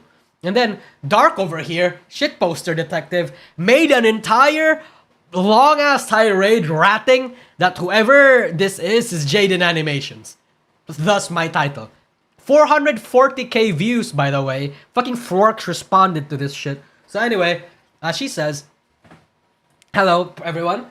Today I have gathered evidence to prove, beyond a shadow of a doubt, that Kairyu Crocodile, the hidden fourth member of VShojo's Lost Generation Beasties, is JaidenAnimations." Ooh.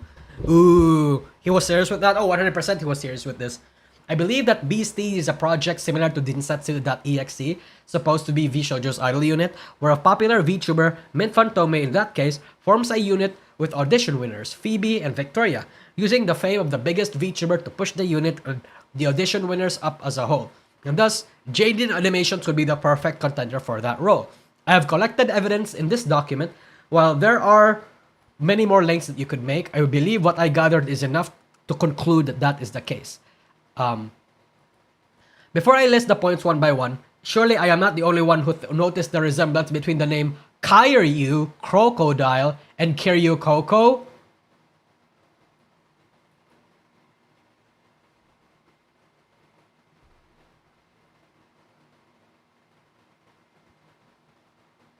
Oh my god!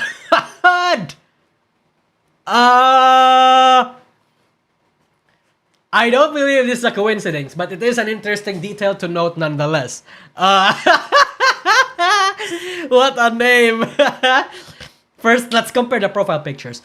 You will notice that both have the same hair color and nearly the same length, with only minor differences that they share the same shading practices, and the strokes look like they came from the same brush. My point is that the same artist likely created both PFPs. What is she talking about? Yeah, what we're gonna do is we're gonna do this, okay? Oh, here we go. PFP analysis. Similar art style, hair. Also, JaidenAnimations is known for as a reptile and Pokemon Zygarde, so as a croc VTuber is fitting. Okay, cool.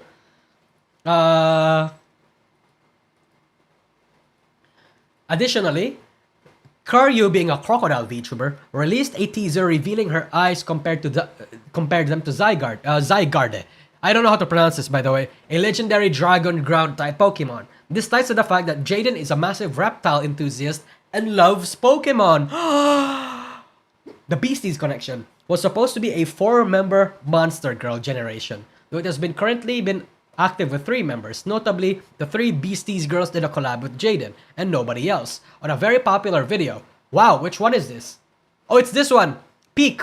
Yeah. Oh wait, no, not that one. Sorry. But where is it? Yeah, it's this one. Sorry. Yeah, it's probably this one. Iron Mouse confirmed that the unrevealed 4th member was her friend. This helps us make a ton of connections tying Iron Mouse to JaidenAnimations together. For example, Iron Mouse did a talk show with Jaiden. Iron Mouse appeared in a JaidenAnimation video as an Easter egg. Iron Mouse reacted to Jaiden meeting Connor in Japan. They were seen together frequently during QSMP. Yes, I know what this is. Both Connor and Iron Mouse also replied to Kairyu Crocodile's teaser post to build up hype. As of December 5, I have analyzed her Twitch following. Holy shit, what the fucking autism. Holy shit, you are autistic, Dark. But like in a good way. Here's the list sorted from followers to oldest. Okay. So oldest to oldest. Iron Mouse, Berrybug, Tori Orion, Piapi, Rose Doodle, Buff Pup, Candy, Shiaban, Shoto, Tricky Wee, Alpha Rad, Marikyu, Nimone, Yuzu, Saramu. Okay, a lot of ex-VShojo members followed her first. I understand. And even if it was not, the ex-VShojo members followed her first. These fucking 5 people, like, you know, following her in the same breath at the same time or nearly at the same time is probably like, you know, that's a good coincidence over there. A lot of well-known names are here, but exclusively connected to JaidenAnimations. Through Alpharad. I want to emphasize the earliest follows. Alpharad, he is famously close with Jaiden, housemates, and collaborators who purchased a house together in 2022. Zentreya, he and Jaiden are close friends and frequent collaborators, appearing in each other's videos and streams since at least December 2022. Delamy is also on the list. She is Zentreya's girlfriend and appears in many Alpharad videos. Captain Kid, he and Jaiden are believed to be friends because they game in the same circle, most notably playing Uno. Rubber Ross, he and Jaiden are friends and frequent collaborators. They are both part of the broader YouTube animation squad. Okay, I know Rubber Ross. Ashton Martin, heavily linked with Alpharad. Okay. Coney, representing the Smash Bros. Commentary scene. Coney is... okay, I know them. Anti-Darkheart, credited as a background artist for Jaiden's channel. They played Terraria with Jaiden and supposedly appear as a villain in the JaidenAnimation extended universe. I see. An animator who is a full-time member of the JaidenAnimation team. Captain Kid is a Pokemon creator, lol. Oh, I see. It's like the art got explicitly credited for Jaiden's live 2D animation. This is the engineer who gave Jaiden's previous VTuber avatar life. Yes, she is the rigger. A close friend of Iron Mouse. Yes, I know this. Okay. Let's look at let's look at your proof, okay? JaidenAnimations, okay. Then both accounts are based in the USA. Beasties. Allegedly, they hidden the 4th member of Beasties. Did a collab with Beasties where the vibes were immaculate as if Jaiden was a part of their unit. Pia confirmed she met Jaiden a while in Japan. Ooh, look at this shit. Ooh. And Berrybug too. Pretty sure Alpharad and Jaiden are dating. Oh yeah, I would like to think they were dating too. You don't just buy a house together, okay? Nobody does that. Nobody does that. Even I wouldn't do that to my roommate unless she was my girlfriend. Okay. Does this look like Zygarde to you? Okay, Zygarde is, you know, her favorite Pokemon. Speak of the Devil, JaidenAnimations there, yes. Okay.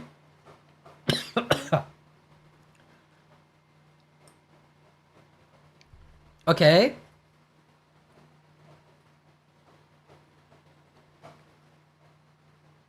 Okay, these are her following list. Okay, gotcha.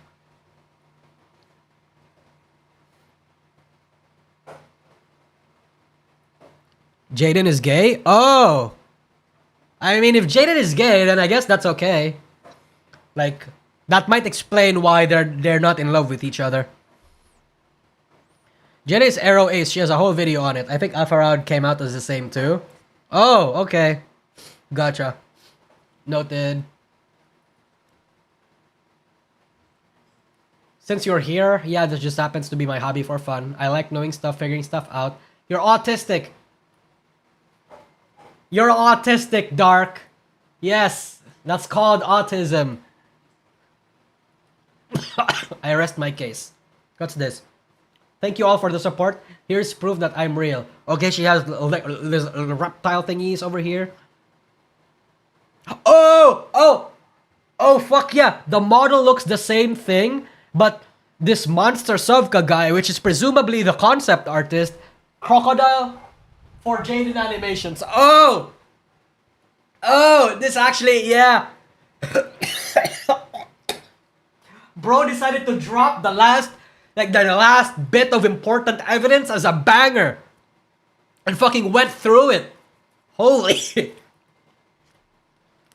Holy. Fork here. Your autism is showing, bro. That's what I said. It's straight up autism. Oh. This was back in April. Nice find. Ooh. You fucked up. This alone is sufficient. I agree. That's all we needed, buddy. Don't say more.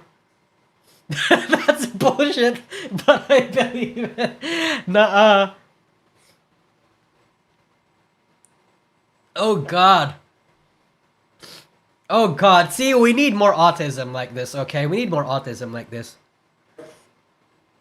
Okay, this is the art. I want to see the retweets.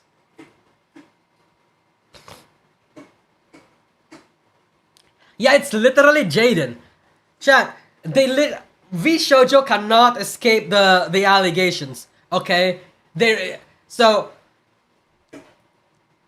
the reason why I agree, I believe Dark over here, right, is because one, I believe that VShojo would actually like to name her Karyu Crocodile to take advantage of the Karyu Coco brand, of the Karyu Coco name, right? Because they are obsessed with Hololive. They're obsessed with like trying to come up with shit to shit on Hololive, and well, among many other things, and that's why they did this shit. Yeah. I believe this is already enough to sell me. Like when I see this, I was like, oh, gotcha. A couple of years ago, Jaiden stated that Alpharad was the most important person in her life in a video. If you don't say that if you're not dating, you can have that kind of relationship you can have that sort of platonic relationship with the opposite, like, sex. I would like to think. I can say this because my former best friend was a girl. I've known her for like years, for decades even. And what we had was entirely platonic, but I was the most important person in her life, probably. Well, no, not probably, confidently. I was the most important person in her life, and at one point, she was the most important person in my life, too. So, I can believe it. I can believe it. I wonder if Kason would have said something about that name. She would probably support it, TBH. I'm not gonna sugarcoat it. So, holy shit.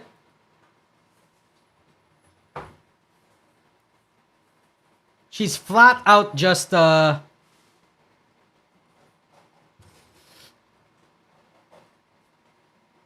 that I think about it, can we rat Nox Taco into it? Oh god! Oh god! The fucking Nox Taco Jaiden memes! Oh shit! We can do that. What happened to that friendship? Oh, we just stopped talking. We grew up, basically. We just stopped talking. Like, what's up, call it? When you drift apart, you don't really talk anymore. You run out of things to talk about. Shit like that. Talk to her again? I don't know what I would talk to her about, though. Yeah, I don't know what we'd talk to her. I don't know what I'd talk to her about. The problem with our friendship back then was because we had almost zero aligning interests. For some reason, we were like super best friends, but we were complete fucking opposites. Like it would just be awkward. Turn her into a VTuber? Nah, she wouldn't be. She wouldn't be a good VTuber. I'm gonna be real with you, bros. My roommate would probably be a good VTuber though. The bulk of her content would probably just be scrolling through like racist Instagram apps, memes, right? Just have like fucking the N-word blaring in every single memes, and she'd laugh at it all day. Yup. So anyway, I completely agree with this. I think this is funny. Yeah, your phone went off. Yeah, dude, she might be watching. Imagine. I'm not gonna look at that. I'm not gonna look at that.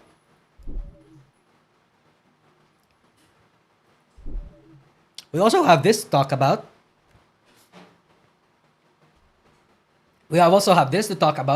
Which is Yumi the Witch's graduation. So we have like 4 graduations now. We have Amane Kanata, we have Yumi, and we have what's her name? We have Willow. Who's the other one? There was another one. I forgot the other one. Yeah, I don't know the other one. I do think that's kind of funny, Seeing as Alpharad helped platform an actual predator, Nairo, and Jaiden has a habit of quietly cutting ties when someone gets into serious controversy. Boy in a band. Dude, I don't even remember the boy in a band controversy. But, yeah.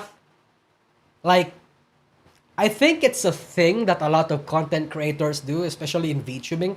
This was before Jaiden even became a VTuber too. Like, VTubers just cut off their friends too easily, in my opinion. Right?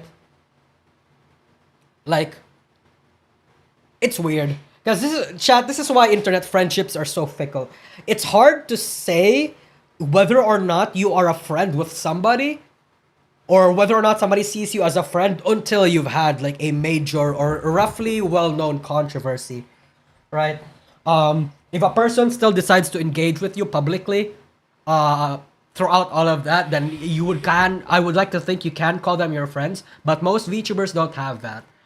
Obviously it depends. Like, for example, if you realize that your friend is actually a fucking pedophile, if your friend was accused for being a pedophile and they don't have proof of it, or maybe they're just like, they just like lollies and people are calling them a pedophile and they got into like heated water because of it. Yeah, sure, you can that's like, if you cut off a friendship because of that, then you might not have been a good friend. But if your friend actually was a predator and a pedophile, yeah, it's probably worth cutting them out, right? But in the industry, nobody has that. In the industry, very few people are like that. A lot of major controversies are enough to really cut people off. And it's kind of weird. I'm gonna be real with you. It's kind of weird. Yeah. There are no such things as friends in VTubing. Yes, because I like a lot of these things are like mostly business. Wasn't there like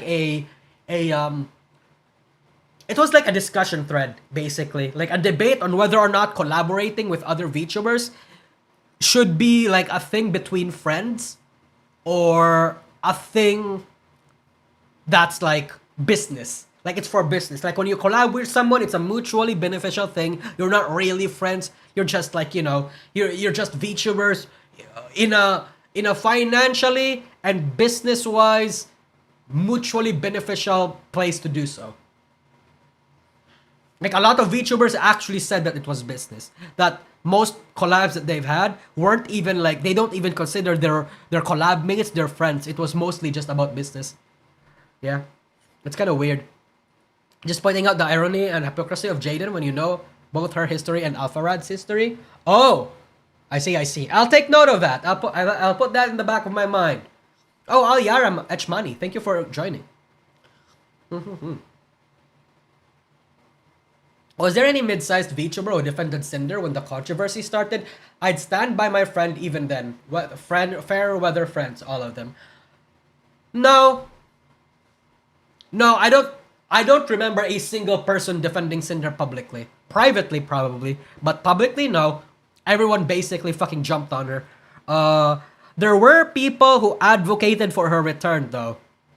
There were. Like, people saying, oh, even if you did fuck up, you don't deserve to be this cancelled. People deserve a second chance, sort of thing. Because at the end of the day, the sin that Cinder was most guilty of was being a bad friend. And if you think about it, is being a super bad friend worth being cancelled on in the internet? I don't know I don't know about what you guys think, but if you're a bad friend in the sense that you didn't commit a crime, then I would like to think yes. Fallen Shadow said she deserved a second chance. Yeah, Shonda was one of them. Chubidoki too. Yeah. Hold on, chat. I'm gonna get some water real quick. What we're going to talk about next is the Zentreya drama. Okay? We're going to talk about the Zentreya drama next. So, stay here. Like a good boy. Like good boys even. Hi, cats.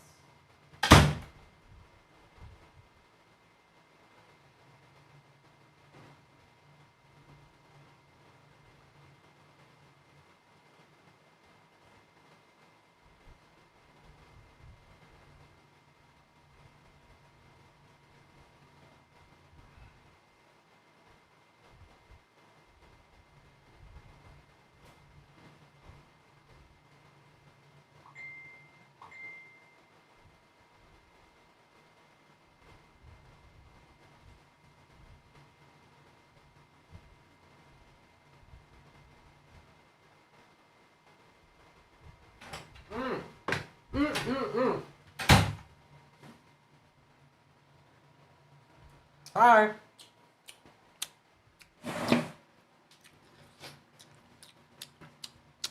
I am eating an oat bar. Your phone went off a few times. What?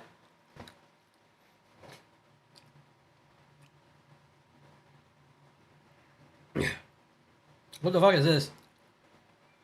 Oh, it's just my messenger.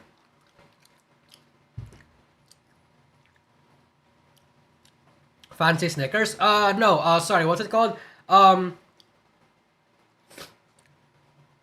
Those things that you eat at a gym for like a quick protein boost or something. What are they called? Like they're a bar. They're protein bar. They're not protein. They're like protein bars, but instead of protein, it's oats. But it's similar to Rice Krispies. Protein bar without the protein. It's just a bunch of sugar and oats. Yeah. So anyway. An oat bar? That's what I said, no? Oat bar, yeah. Granola bar! Oh. Yeah, this. Yeah, I ate this. Took one from my fridge. So anyway. Zentreya. Zentreya. The drama has finally concluded. In December 4, it used to not be like that too. Because in December 4, she said that she was done. I just wanted to have an awesome end of the year. I've been through so much and you kicked me out and you kicked me when I was about to get back up. I tried to fix things. I'll go back and see what can be changed, or if I scrap the entire model, it's not worth losing friends. And then she clarifies that she wasn't losing friends. She's just, her friends are getting harassed. Okay? And as you can see here, everyone is basically telling her not to capitulate, to not scrap her model, not change anything. You should not have catered to, responded, or bent to the mob. And the problem with this is that, how do I deal with this? Zentreya has been through a lot, okay? Zentreya has been through a lot. For one, we had the VShojo situation. We had the merch issues that came from that, the money issues that came from that. She had a falling out with a friend, if I remember correctly, right? She had a falling out with a friend that actually became drama because, like, if I remember correctly, Zentreya started talking about it, and that was kind of weird, shit like that. Yeah, and if I had to say something, she should not have been responding to the drama at all. That's just me personally. Because, like, look, we're going to go through, like, a lot of the things. Like, dude, even, okay, actually, you know what? I think this is faster, right? We go over here. We go over here. We go to replies. And, before all of that happened, right? Before all of that happened, Zentreya was responding to basically every single hate post there was on Twitter, and basically every post that was calling her a Nazi.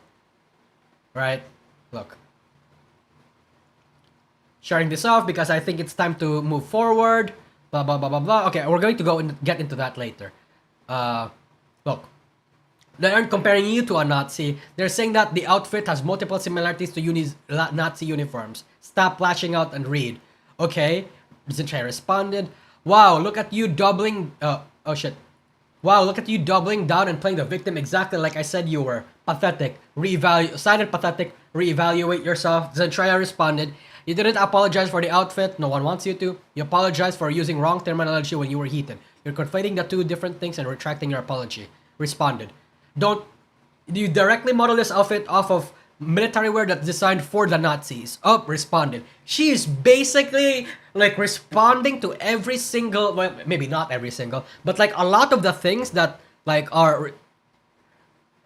She went off on Twitter and actively looked out for this. If I think that's what's happening. She was not in the best mood. Okay? She was not in the best mood. Is it that tiring? I feel like he shouldn't do that at all. Yeah. Like, I support Zentreya. Like, I think what she's doing is cool. I think she's cool. But like, goddamn, I know she's been through a lot. I know her lashing out and her public explosion and shit like that is like weird. To a certain extent, it is valid. But what's even more valid is her absolutely fucking. What's valid, I think, is her basically like naming and shaming and blaring out the people, the bad actors that were actually responding to her. By the way, I think that's fine. I hate the whole, oh, you should set a good example for what a popular VTuber should be. You should be more professional. You should be more professional. Shit like that. And it's like, bro, no, fuck off. Look at this shit.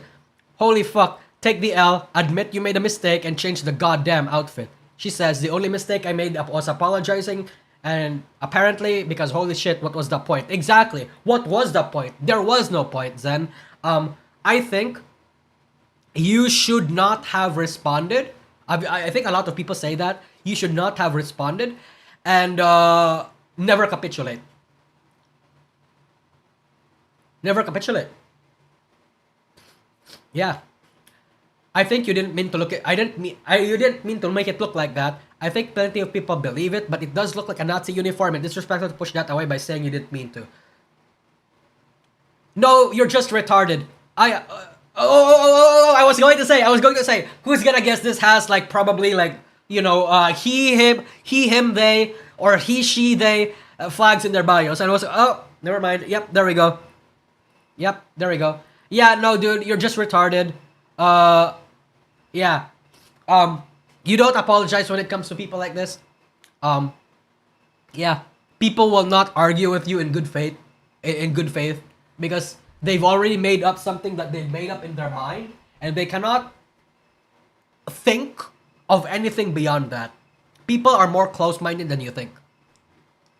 Yeah, exactly.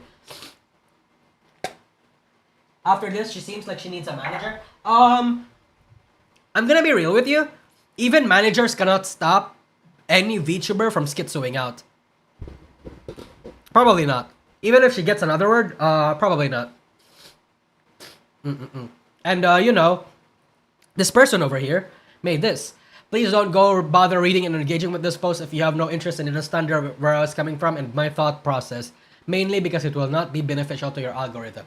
So basically, this person was like one of the more vocal people that initially called Zentreya out and called her a Nazi. Or Nazi appearing, I guess, is the terminology a lot of people use. And, yeah.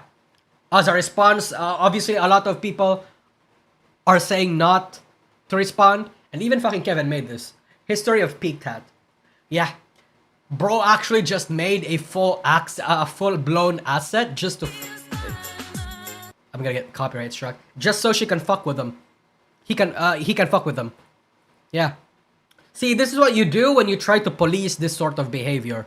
You end up with people who will make it worse. You will end up with spiteful people. You don't want to do that. Especially when you have a cause or something. Is it free? Yeah, it's free. Free to use. Yeah. So theoretically, I can put it on right now. Should I put it on right now?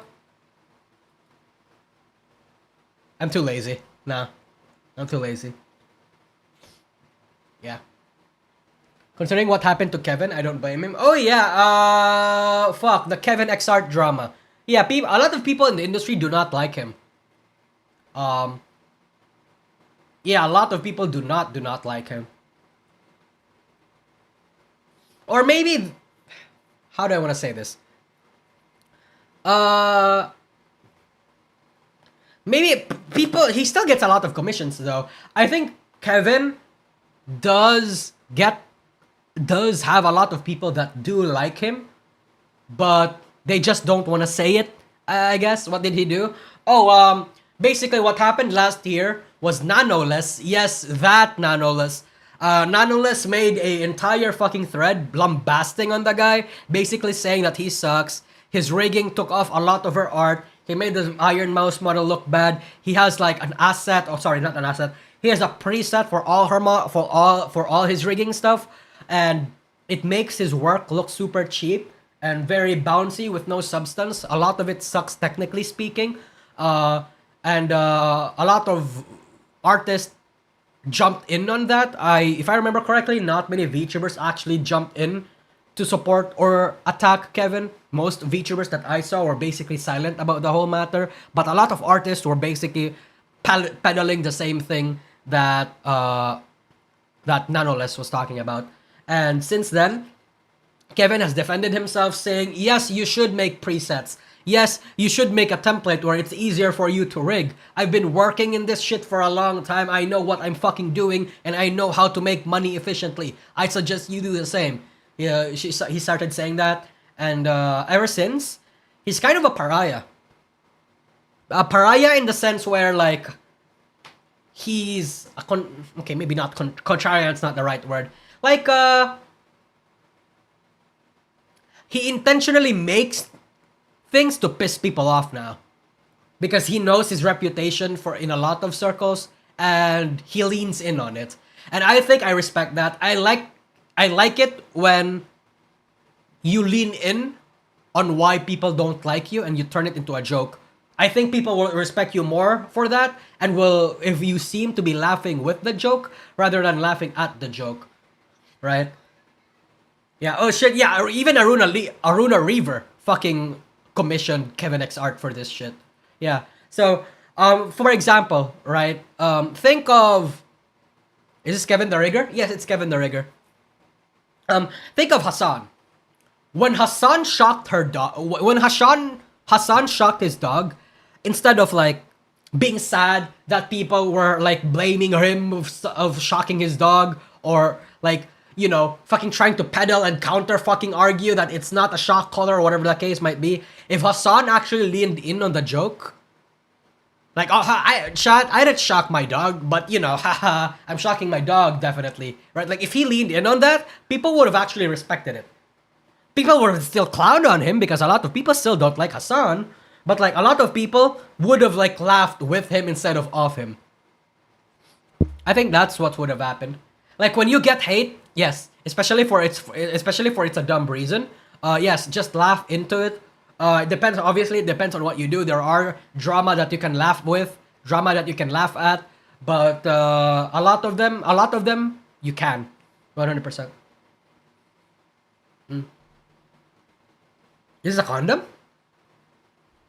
Oh no, dude, that's definitely a condom. Fuck off, Kevin. Yeah, dude, he's still doing work for Melody. Chat, this was post cancellation. Bro was still doing work for a lot of big people. And you have to remember, his work is super expensive. What's his face? Let's get into his website real quick, okay?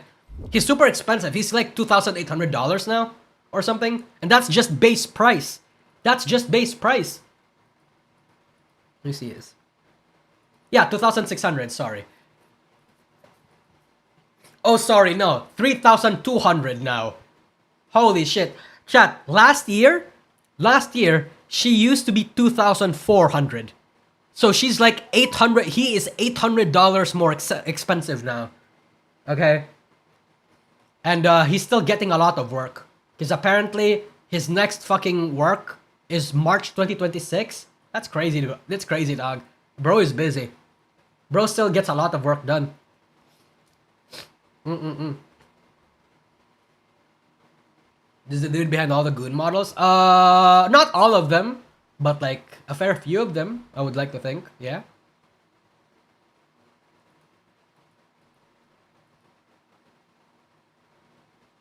Instant chibi? Okay, this kinda sucks though. What the fuck is this? This kinda sucks. This sucks. I don't think I like that. Wiggle mouth. That looks like a worm. I don't know if I appreciate that. I like that. Okay, cool. Parallax gem. Oh, okay. It shines when you look at it a certain angle. Okay. I gotcha. I got that.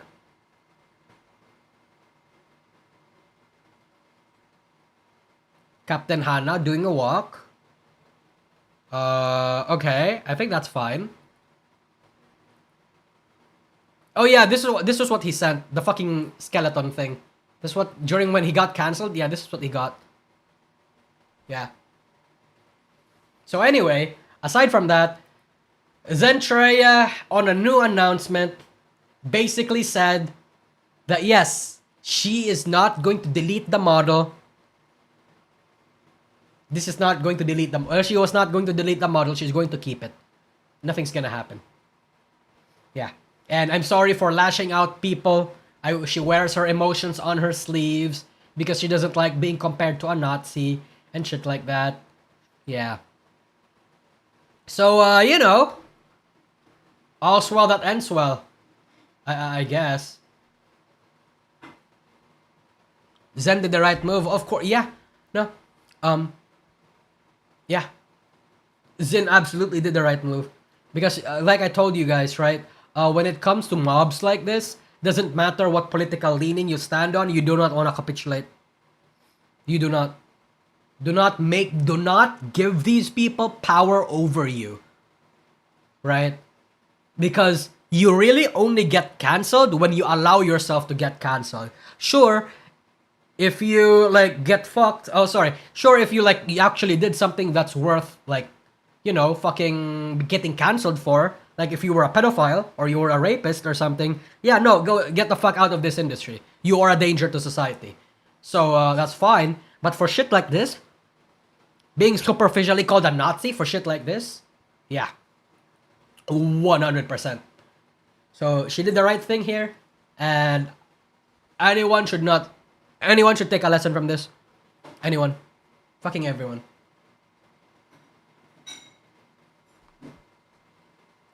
What's the odds the critics actually watched any of her content? 0. Absolutely 0. The people that were giving her shit, like all these people, this catnaps person, these people, okay, maybe not, a lot of these people, right? A lot of them don't really watch Zen.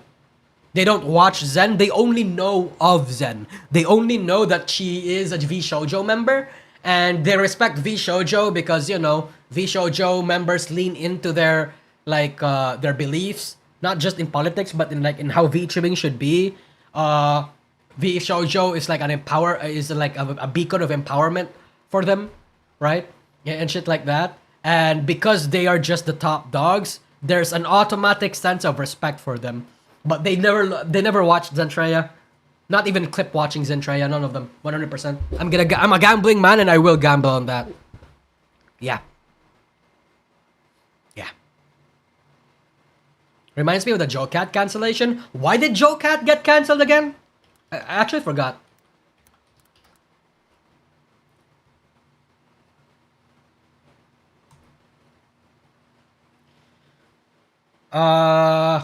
Okay, so Reddit. Okay, I'm gonna be real with you, right? Reddit is absolutely a bad place to find TLDRs off of drama because they're usually politically charged.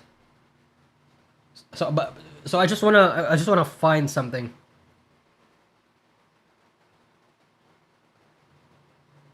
I mean, she's back. He liked women? So? Am I retarded?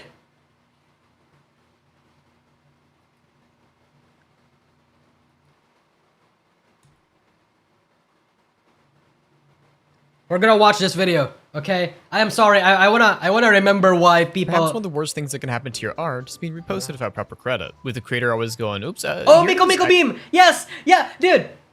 8 months ago, this was before fucking Fortnite do it. Yeah, I love the Miko and Godzilla, dude. They are the picture of Japan when it comes to shit like this. And the post receiving significantly less attention thereafter. But something arguably worse is something that you made years ago being regurgitated time and time again for the sake of online discourse. The subject of today's video is an old animation by the artist JoeCat, which once again made a resurgence on Twitter. Hello, I'm Dovin, and the hope of my friend Mangoso, who reads reactions, will take a look at the cycle that repeats year after year after year. Also, to Face, do not attack anyone mentioned in this video. Are you a and if you have VTuber? something to say? What if you leave a comment? Maybe after you'd like to subscribe? Are you a VTuber? That'd be pretty fun, I would say. The animation I Like Girls is posted on YouTube April 2nd, 2021. That date would be further away every time you check back at the video in the future. It was just a cute little song done as a parody of Lizzo's Boys, done on a live stream a year prior in 2020. His audience loved it, and everything was pretty good. Then Joka just likes women in the most fruity way imaginable. Not really a problem until he starts sticking his nose in other people's community and drama. If fruity in the sense where he's creepy, then, you know, oof. But, it's not necessarily a problem. it came on Twitter, which if you've seen any of my other videos, you know it's never a I don't know. I don't remember him sticking his nose in other people's community and drama, though. I know that he's been more active in the VTuber industry as of late. But, you know, I don't know. place to be for stuff like this. As of this video, the animation will be reposted on Twitter several times, thus causing all the hate and discourse for the animation to show up again and again and again. And thanks to Know Your Meme for archiving some of this sort of history. February 21st, 2023, Mass Password posted an iFunny meme by Gushing Granny saying, "How the hell can this guy make liking women seem so fucking gay?" That tweet would later be deleted. Okay. Joe would actually make a meme about it the same day, making fun of the fact that his animation keeps making rounds on Twitter. Later that year though, in December, Zero Suit Camus tweeted, "Just made this video. Let me know what you think." And what animation do you think it was? What do you think it could have been? It was Joket's video. 5 days later, Joket would make a tweet stating he's taken an indefinite break as he was getting Okay, so he's got cancelled. Now I gotta watch what the fuck this video is. Okay, we're gonna watch the video Perhaps and one then of the worst things that can happen we're gonna come back to that. regurgitated time and time again for the sake of online discourse. I The subject like of today's women. video is an old animation by the artist Jokat, which once again Oh, I made a like resurgence on girls. Twitter. Hello, I'm Dovin, and the help with my friend Mangoso, who reads your reactions. We'll take a look. I like girls. 36 minute. Okay, let's watch you. I've never seen it, no. Sad that there's no muscly girls in here. Well, I mean, yeah, but, you know, sure, I like to joke around and talk about how, oh, I'm strong women all the time, but that's not the only girls I like. I like big girls, pretty kitty girls, really witty girls, singing ditty girls. I like the lakey girls.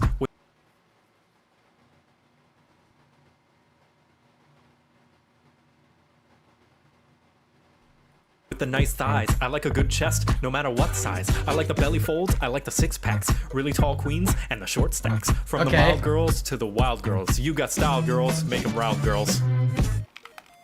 Yeah, I just really like girls.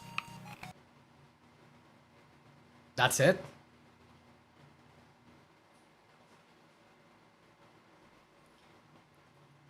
Also funny how he tried to say whatever content creators are going through is nothing because trans people are still in danger. He said that? I mean, I'm all for, oh, okay. Before immediately saying that he's quitting content creation. He didn't, by the way. Well, to be fair, I did the same thing, so I can forgive him. I can't judge him from that. But like, what? Yeah, why are you showing Jokat? Oh, we're just going through his drama, because apparently there's drama around him. Well, not now, but like, you know, back in the past, and I just wanted to figure out what it was.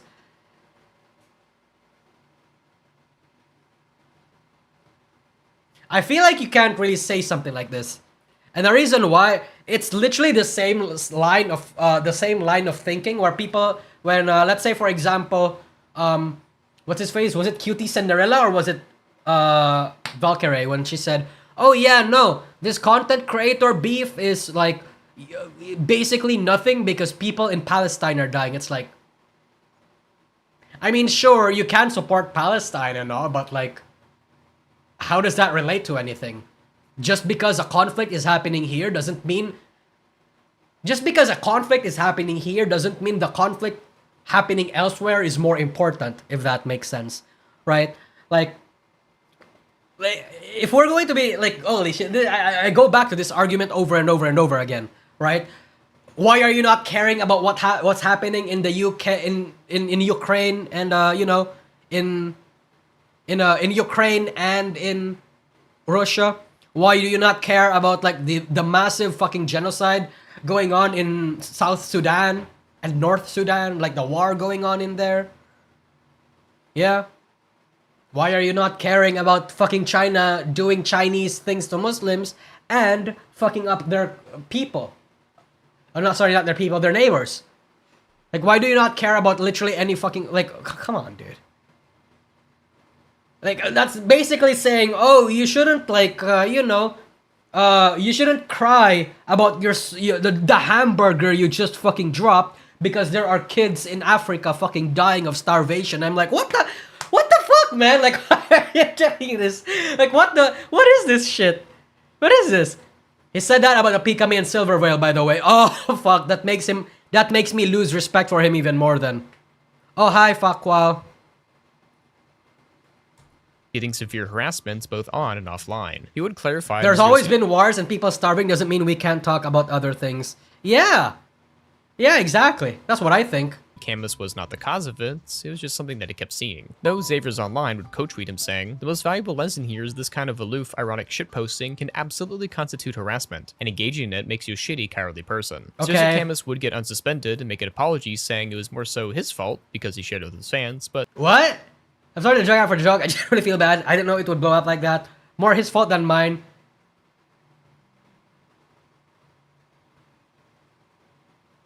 Oh, it's a backhanded thing. I see.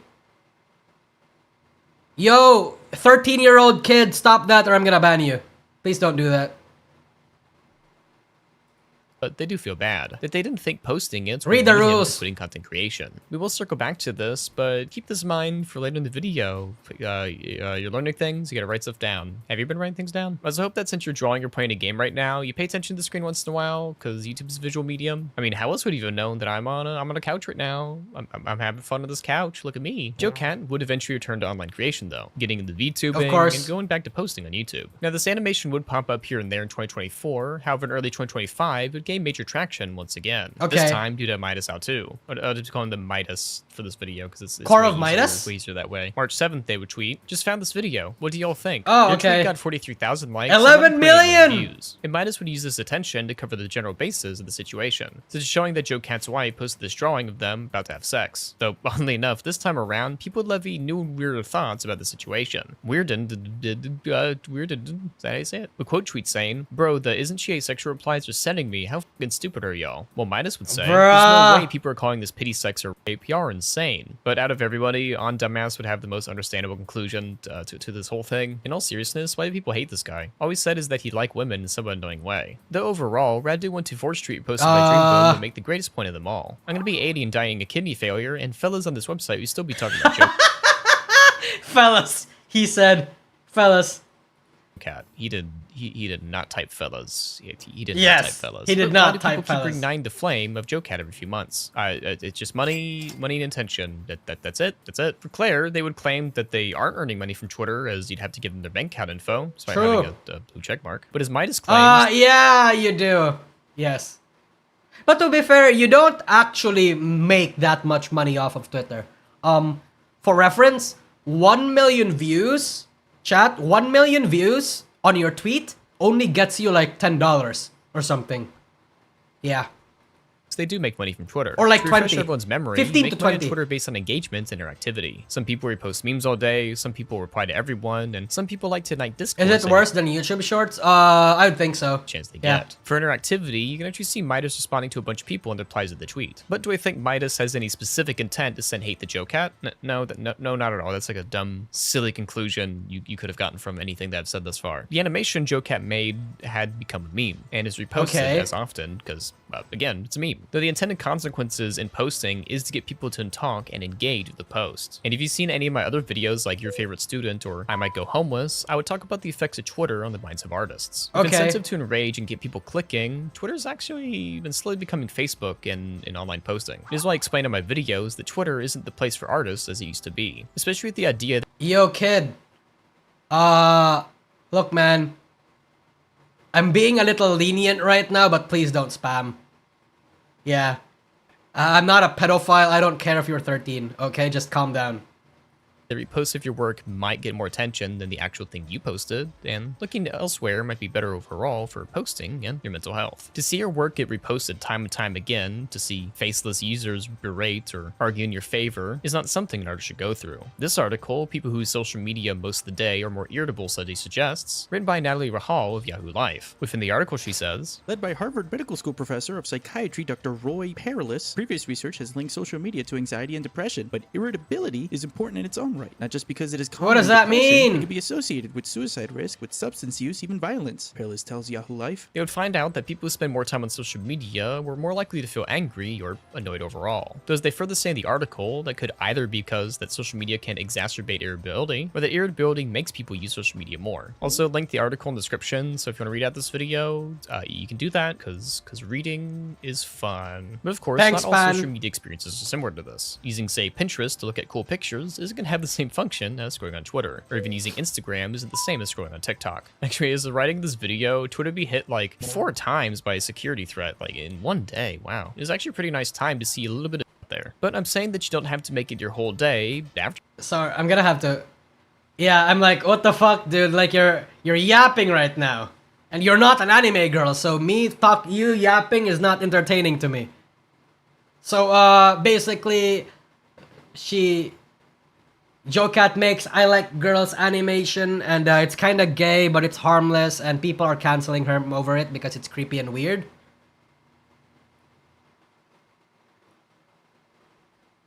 Okay, This idea. It just comes across as greedy for impressions. The video and the weird outrage surrounding it was so long ago. I didn't realize people were still reposting it, but it's a very poor taste to use it as engagement bait like this. When the harassment JoCat got for it, despite it being like the most harmless video ever, lol, was so bad. The controversy encapsulates the worst parts of the internet. If people weren't just being homophobic, they were being puritanical about it, because the song is so problematic and fetishistic, apparently. If they weren't puritanical, it's because it was cringe. So we're self-policing. People harassed and threatened JoCat off the internet because he was, quote, cringe. My mind is pretty hazy. As a boomer anime... I mean, this is harmless. Is it cringe and gay? Kind of. Yes, look at this shit. Nobody does that.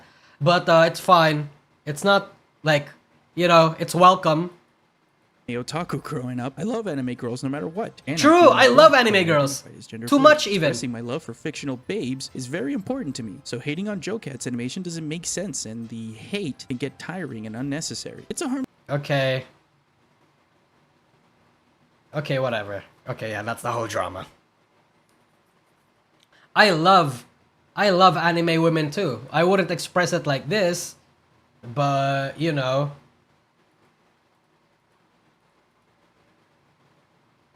Do I like big girls? No, not really.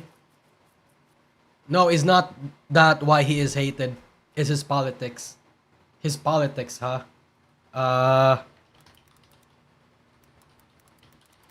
Now I wanna know. Do big girls like you? No, absolutely not. We don't like each other. Well, I mean, I live in the Philippines, so I don't really meet that much big girls in my life.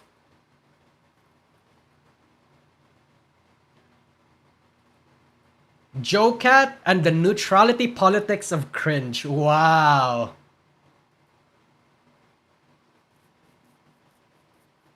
Yeah, I guess chat, I'm probably not going to be looking at this right now and I can't find it, but like at the same time, I guess I'll just have to keep a short watch over here on Twitter.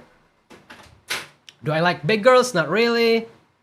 Pretty kitty girls? Not really. I wouldn't post like that though. I mean, I guess it depends. I guess it depends on the kitty girl, but I like her. I forgot where she was from. Dead or Alive, I think. Really witty girls? I don't know if we can consider this bitch witty. I mean, she is, but she's not a bitch. She's a... Yeah. My take is that how should I take this harassment seriously when he said what he said about Silverveil and Pikami? Why should I care when he did? Oh, yeah, I don't think there's any reason to when it comes to those situations. Yeah, you don't need to care about, like, there are some people where how do I want to say this? There are some people who are all about peace and shit like that, who are all about, oh God, please stop the fighting, oh please, like, just love and peace, you know, but they are like the most hateful fucking people ever. Like, they do that. Did you just say Dead or Alive? Yeah, I just said Dead or Alive. I'm gonna be real with you though, I only know Dead or Alive because of the porn. TLDR, he is a VA and he used the higher race accurate person to the VA character. Oh God. Oh God, so he's one of those people, huh? That's the best state, TBH. I don't have the energy to harass someone. No one deserves it. Yeah, I don't either. Yeah, but he's one of those people. Yeah, I don't know what to feel about him anymore. Then, like to me, that's just retarded. Like, dude, just fucking hire people who deserve it. Most people know Dead or Alive because of the beach ball instead of the fighting game. Oh, I know it because of the porn. So, but going back to the Silver Veil and Pikami thing, though, fuck, I forgot what I was supposed to say. Yeah, I don't like people like that. Yes. Girls singing.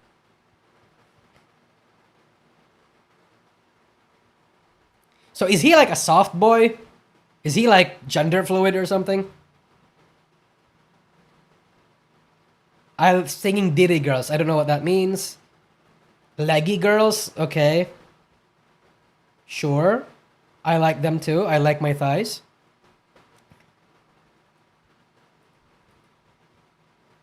I love a good chest.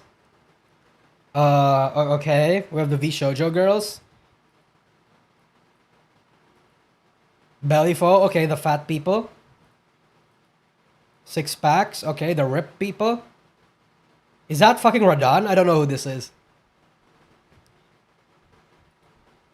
Tall queens. I don't like tall queens because I'm insecure about my height. He's thigh? Oh, okay, that makes sense then.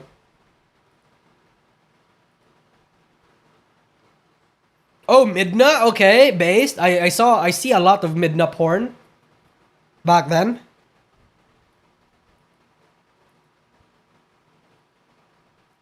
Mild girls. Who the fuck? What does mild girls mean here? They have like a gentle personality. And why is Dusa here? You are not... Jesse is not wild, man. Jesse is not wild.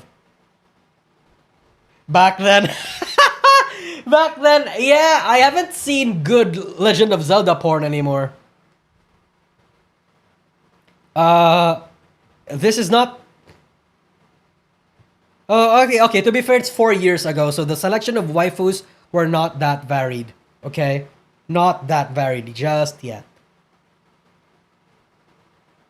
Back when Tumblr was its prime. So, the thing about Bowsette was that it wasn't really a Tumblr creation, it was a Twitter creation. But I get it. I guess.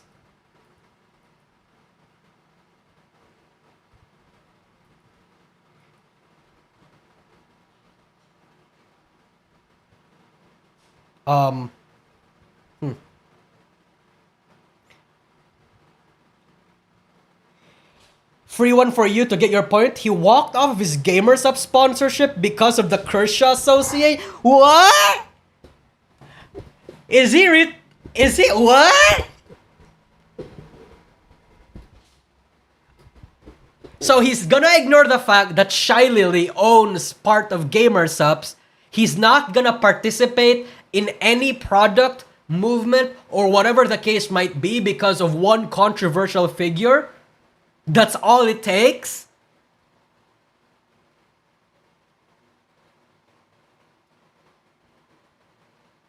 What? Okay, yeah, you know what? I immediately believe you, chat. Like, whatever you're feeding me right now is like, already giving me a bad impression of him. I only know of Joe Cat. I don't really know him. But like, holy shit, what a... God.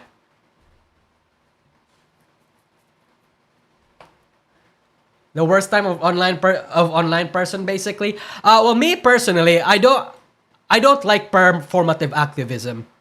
I really don't. I can respect activism. I can respect activism, but like when you're not doing anything about it, when all you're doing is you're on Twitter. When your opinion is formed by others, not because you actually think or thought of like what your opinion should be, then I don't think so. No, I don't think I can respect you or something like that. Gotta respect the conviction though. It's hard turning down money in this economy. I mean, of course, that's assuming he's making money from gamer subs, to be fair. To be fair, there is, yeah, you are not wrong in the sense where there is a certain respect I can have for people when you do, like, you know, you are 100% possessed by your beliefs. Yeah. But, like, you know, it's like, I'm not necessarily gonna remember you or, like, you know, have a good impression on you or whatever the case might be. But it's like, whatever, I left this moral busybody and that's kind of it. Hey, you know, to be fair, Hassan is worse. Hassan is 100% worse. Fuck. Oh god. Okay. I think that's gonna be it for today, chat. I wanted to talk about the Google Doc. Oh, wait, before we talk about this. Okay, I wanted to talk about this Google Doc, but I think that's going to have to be for another stream, right? We're going to talk about one more thing before we go, okay? We're going to talk about Fen. So you guys who know, okay, how many of you people know who this is? Hassan isn't just a busybody though. Oh, you're not wrong. Hassan is actually like a dangerous streamer. Like an actual ideologically dangerous streamer. I think he makes the left look bad. Like super bad. Nope. I don't. Okay. This person was this person.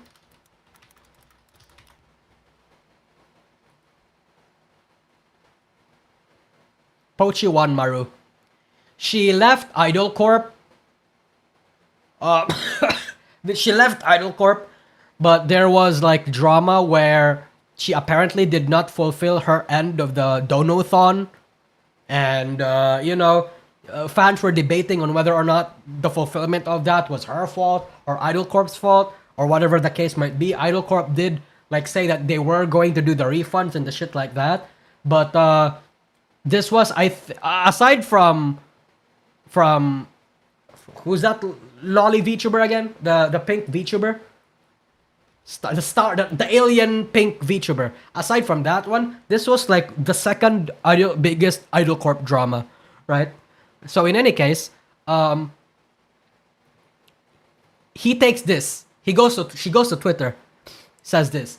My NDA has been over for Idol. I've been on and off break, and I've done a lot of thinking. With my 2.0, I'm Riro, yes, Riro. Yeah, she released a statement back then that it was basically Idol Corp's fault, that Idol Corp basically robbed her. Yeah. But anyway, she says this now, saying, I'm content where I am. It's left scars and trauma. I've held on to a lot of negative emotions for a while that led me to bad places, but I've moved on from what I experienced personally. All I mainly want to say is that the old CEO was not fit for a business of this scale, nor had any experience or values necessary for a demanding position like this. And I pray he doesn't try to do any other venture the way he managed this one. Heavy focus on advertising, driving numbers up, inflating the worth, gloating about PR and transparency, then selling and leaving the fires upon fires behind for others to deal with. I completely agree with this assessment. I think Fen said the loud part, the quiet part out loud here. Yes, because at the same time, that's what everything that the previous CEO was doing. Basically, like, gloating about the PR and, like, how Idol Corp was the best and shit like that. And about how transparency. And there was, like, a lot of behind-the-scenes speculation about what he's trying to do was basically just drive up numbers and inflate the worth just so he could sell it. Obviously, he didn't maximize the amount that he could and just sell it to another company. I think he had to sell it for pennies on the dollar because of the way it was collapsing. Aviel? Yeah, Aviel. Yeah. A lot of people seem to like him, but not everybody has universal experience with him. Yeah, Aviel was before Brave Group bought Idol. Hasn't Idol Corp been a lot of hot weather lately? Yes, because, well, not Idol Corp, but like Brave Group. Because Idol Corp, and a few other Brave Group IPs just got transferred to a separate company that's basically owned by still the same kind of person. But anyway, I think he might have had a good vision at start, but he failed ultimately. Everyone But he ultimately failed everyone and not only kept things afloat with false promises and slap-on solutions, he single-handedly screwed over many mentally, financially, and physically. Several people I know suffered heavily from this decision. Yes. Will he learn from this and do better? Who knows? I don't care to find out. He ruined the entire experience for me by ignoring my pleas. I forgave him many times, gave him plenty of chances, but he ultimately refused to listen to the voices around him. A result of pride and ego, I want to emphasize that a lot of individuals share the same feelings as I do above. I've been bugged to show receipts to defend myself and some of my past claims for what happened, as well as about my departure. Evidence was deleted, wow, by the other party in our DMs. And I haven't had any access to anything since I left anyway. I've seen people regurgitate the same things about me over and over again, accusing me without proof whatsoever. Nothing would have been enough for them. These kinds of people only do this twisted form of entertainment, or perhaps they are deeply mentally unwell, didn't talk to me, didn't talk to anyone in the company, they weren't there, or involved in any capacity. Are they talking about me? Or like any drama tuber, I guess? Yeah. I get why VTubers record everything. Oh yeah, to a certain extent, I think VTubers should record everything when it involves to business too. Because, yeah. VTubers, especially when you're in a company, you're in prime position to get fucking harvested, to get lied to get like blah blah blah. You are like in a very bad spot, so you need to defend yourself with as much shit as you can. Adora Bunny got flack for doing this, but like I said in my Adora Bunny video, right? I get why she did it. Like, a lot of people would want to frame it in a way where, oh, you know, what kind of person needs to record everything they engage with? Well, there's a lot of, in the industry, a lot of reason. There's a lot of reason why you need to do that in this industry. Yeah. I think a lot of fans in general are also just kind of like blind. A lot of fans don't really know what goes on behind the scenes and like why people in the industry do what they do. It's pretty fucking weird. But I get it. I'd rather have stuff recorded than be accused of stuff I didn't do. Oh, I agree. Yeah. They do not know what I think, how I act. They know nothing about me. They do not have information. If anyone sources their facts from questionable faces and half-backed hearsay, I don't know what to tell you. Just go off whatever scraps they can find and stitching it all together with cope and poison. Well, sometimes this can be true. Nijisanji is like the biggest example. For her specific circumstance, hard to say, but I probably believe her. They do not care about anyone that was hurt throughout all of this whatsoever. They only want to carve their own narrative and dunk on anyone they dislike, when they don't actually have any idea of what transpired, because they are cowards. As a reminder, these people were never in my community, that's true. Probably don't even actually bother watching VTubers or myself, and unironically, I can tell it's some of the same 2-3 people from repeated titles and matters of writing. Also, the fact that they are either throwaway accounts or drama stirring ones to farm clout or stroke each other for validation in their echo chamber, some people refuse to understand, and I don't need to deal with that anymore. So no, you will not get a Google Dockey from me.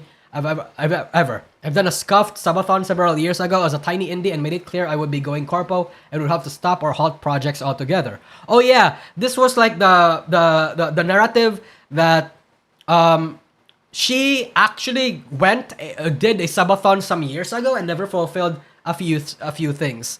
And apparently she had a habit of like, you know, pumping and dumping, and that was the narrative a lot of people ran with as her Fox situation, as her Fox persona. I made it clear I would be going corpo and would have to stop or halt projects altogether at the company. My first money-raising event was mandated, and the second was an unofficial fundraiser for my move.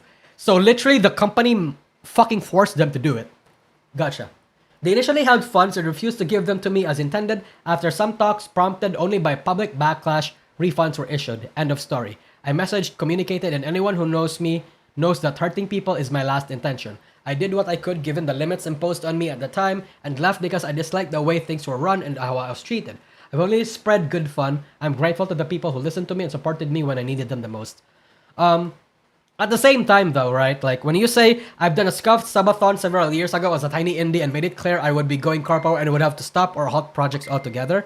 At the same time, yes, this does kind of give you, like, transparency.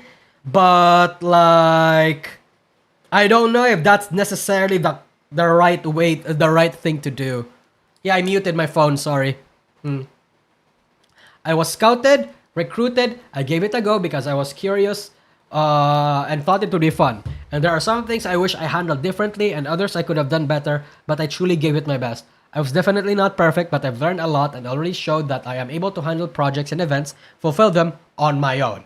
I do not care if this post is unprofessional. I have no intentions of joining a corpo ever again. I did not get my EP and do not want it. Pochi Wanmaru is dead, and her hope and spirit was essentially killed by those that allowed her to come to life. Wow. I think this is a fire line, by the way.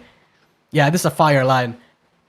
Now, I am VTubing purely for my own enjoyment, to hang out with my lovely community that has followed me and kept me sane through all of this mess and to help support myself.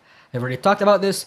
I already know I might not be doing this for much longer anyhow. Indie is truly the best choice in my opinion for the most flexibility and least emotional damage, and otherwise, I know I've brought this topic up, but this is it for me. I just want to make people smile and have a fun time. If you have any questions, I'll gladly answer them.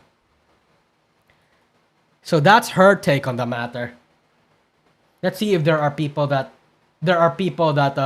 actually respond to her. Oh, Rigaki is here, I guess. Sylvie is here.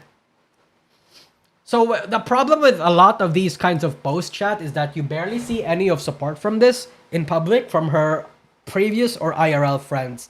And one has to wonder why. Is it because she is on the wrong?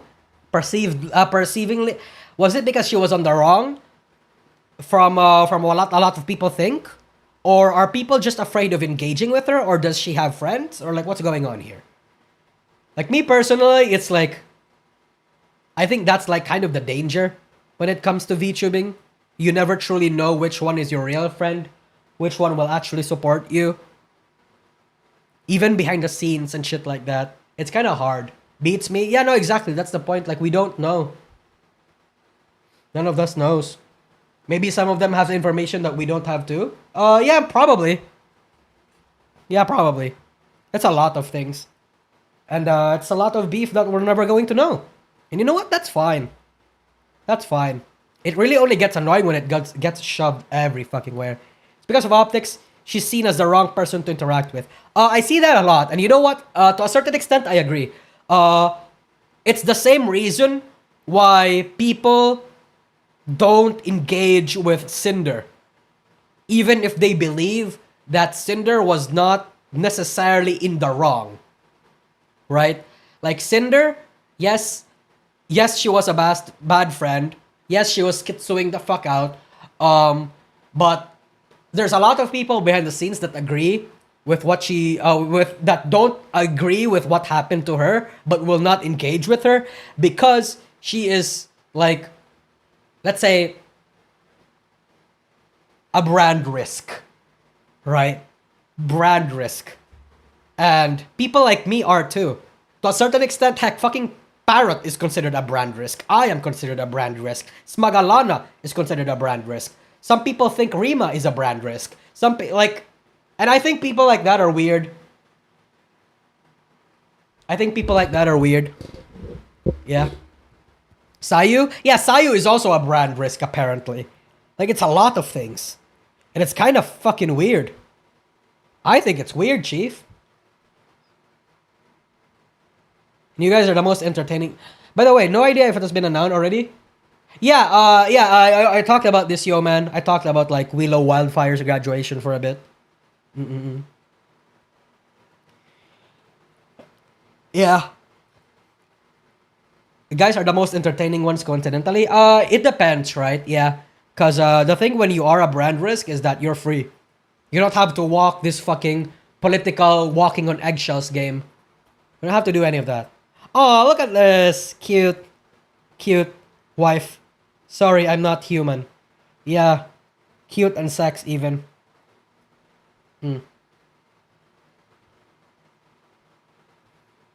Bowling for Soup was right. High school never ends. True. Especially for a lot of these women. Like, I feel like we should have like expected it to be right. Like, when we expect an industry run by like by women that were bullied, or women that has been bullied, or that has bullied rather, like anime fans and shit like that, whose mentality is stuck in their anime brain rot phase. I feel like it's to be expected. Of course, bullying was gonna happen, and I know from experience. Yes, a lot of VTubers that you know are actually mean girls IRL. Oh, I retweeted this. Free Red Cunny. Yes, exactly. Look at this Cunny. Look at this. Brand risk as you guys remove the tinted glasses. Yup. That's basically it. That's basically it. Oh, fuck. Like.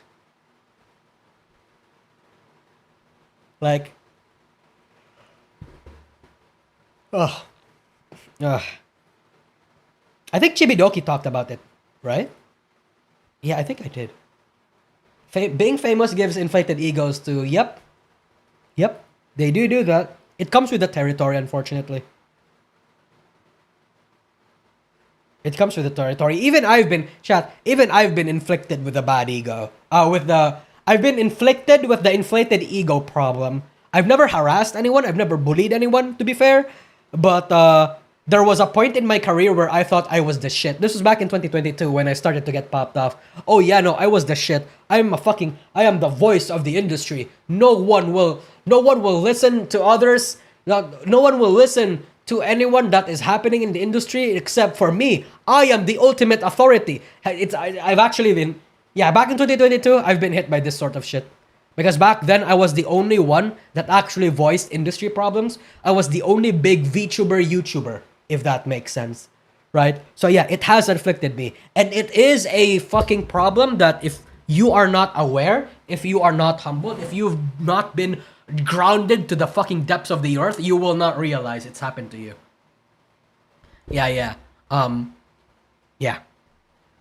That's the problem with content creation. You easily get drunk on power a little too easily. Yeah. It's fucked up.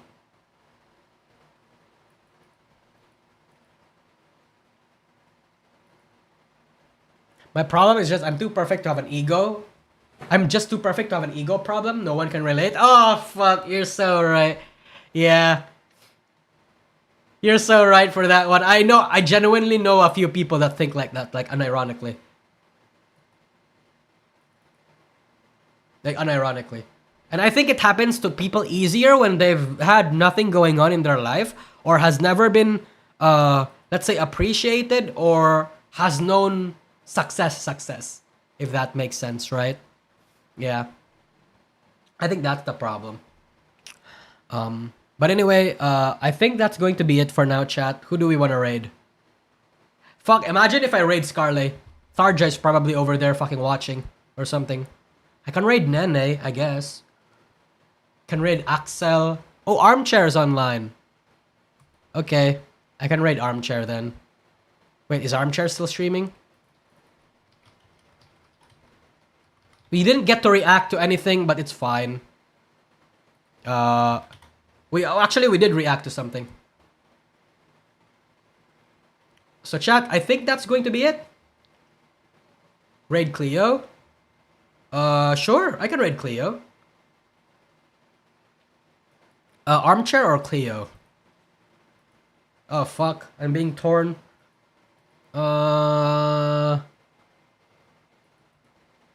Cleo's not coming. Cleo's not showing up on my raid feature.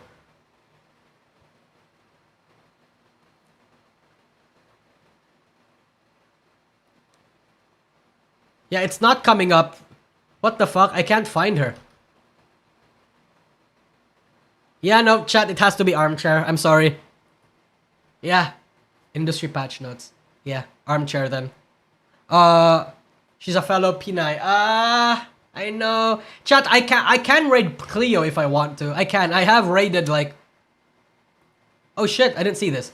Another content creator I follow said that every content creator is a bit of a narcissist to some extent because your career revolves around you. Oh, before I go, I'll answer that. The answer is yes. To be a content creator, you need ego.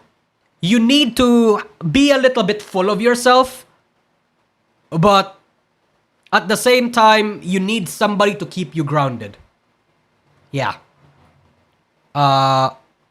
You do need ego. Ego, if you don't, right? Like if you don't have ego as a content creator, you're not going to be successful as a content creator. It's literally the fucking bro lock problem where you need some confidence and you need to be a little bit flamboyant or some shit like that. Yeah. You need to have it as a content creator. Otherwise, because a lot of the things that you do as a content creator, you need some degree of shamelessness. And it comes with the territory. You need to be shameless in order to promote yourself. You need to do a lot of things. Yeah. And thick skin too. Yeah, you're right. So that's going to be it for now, chat.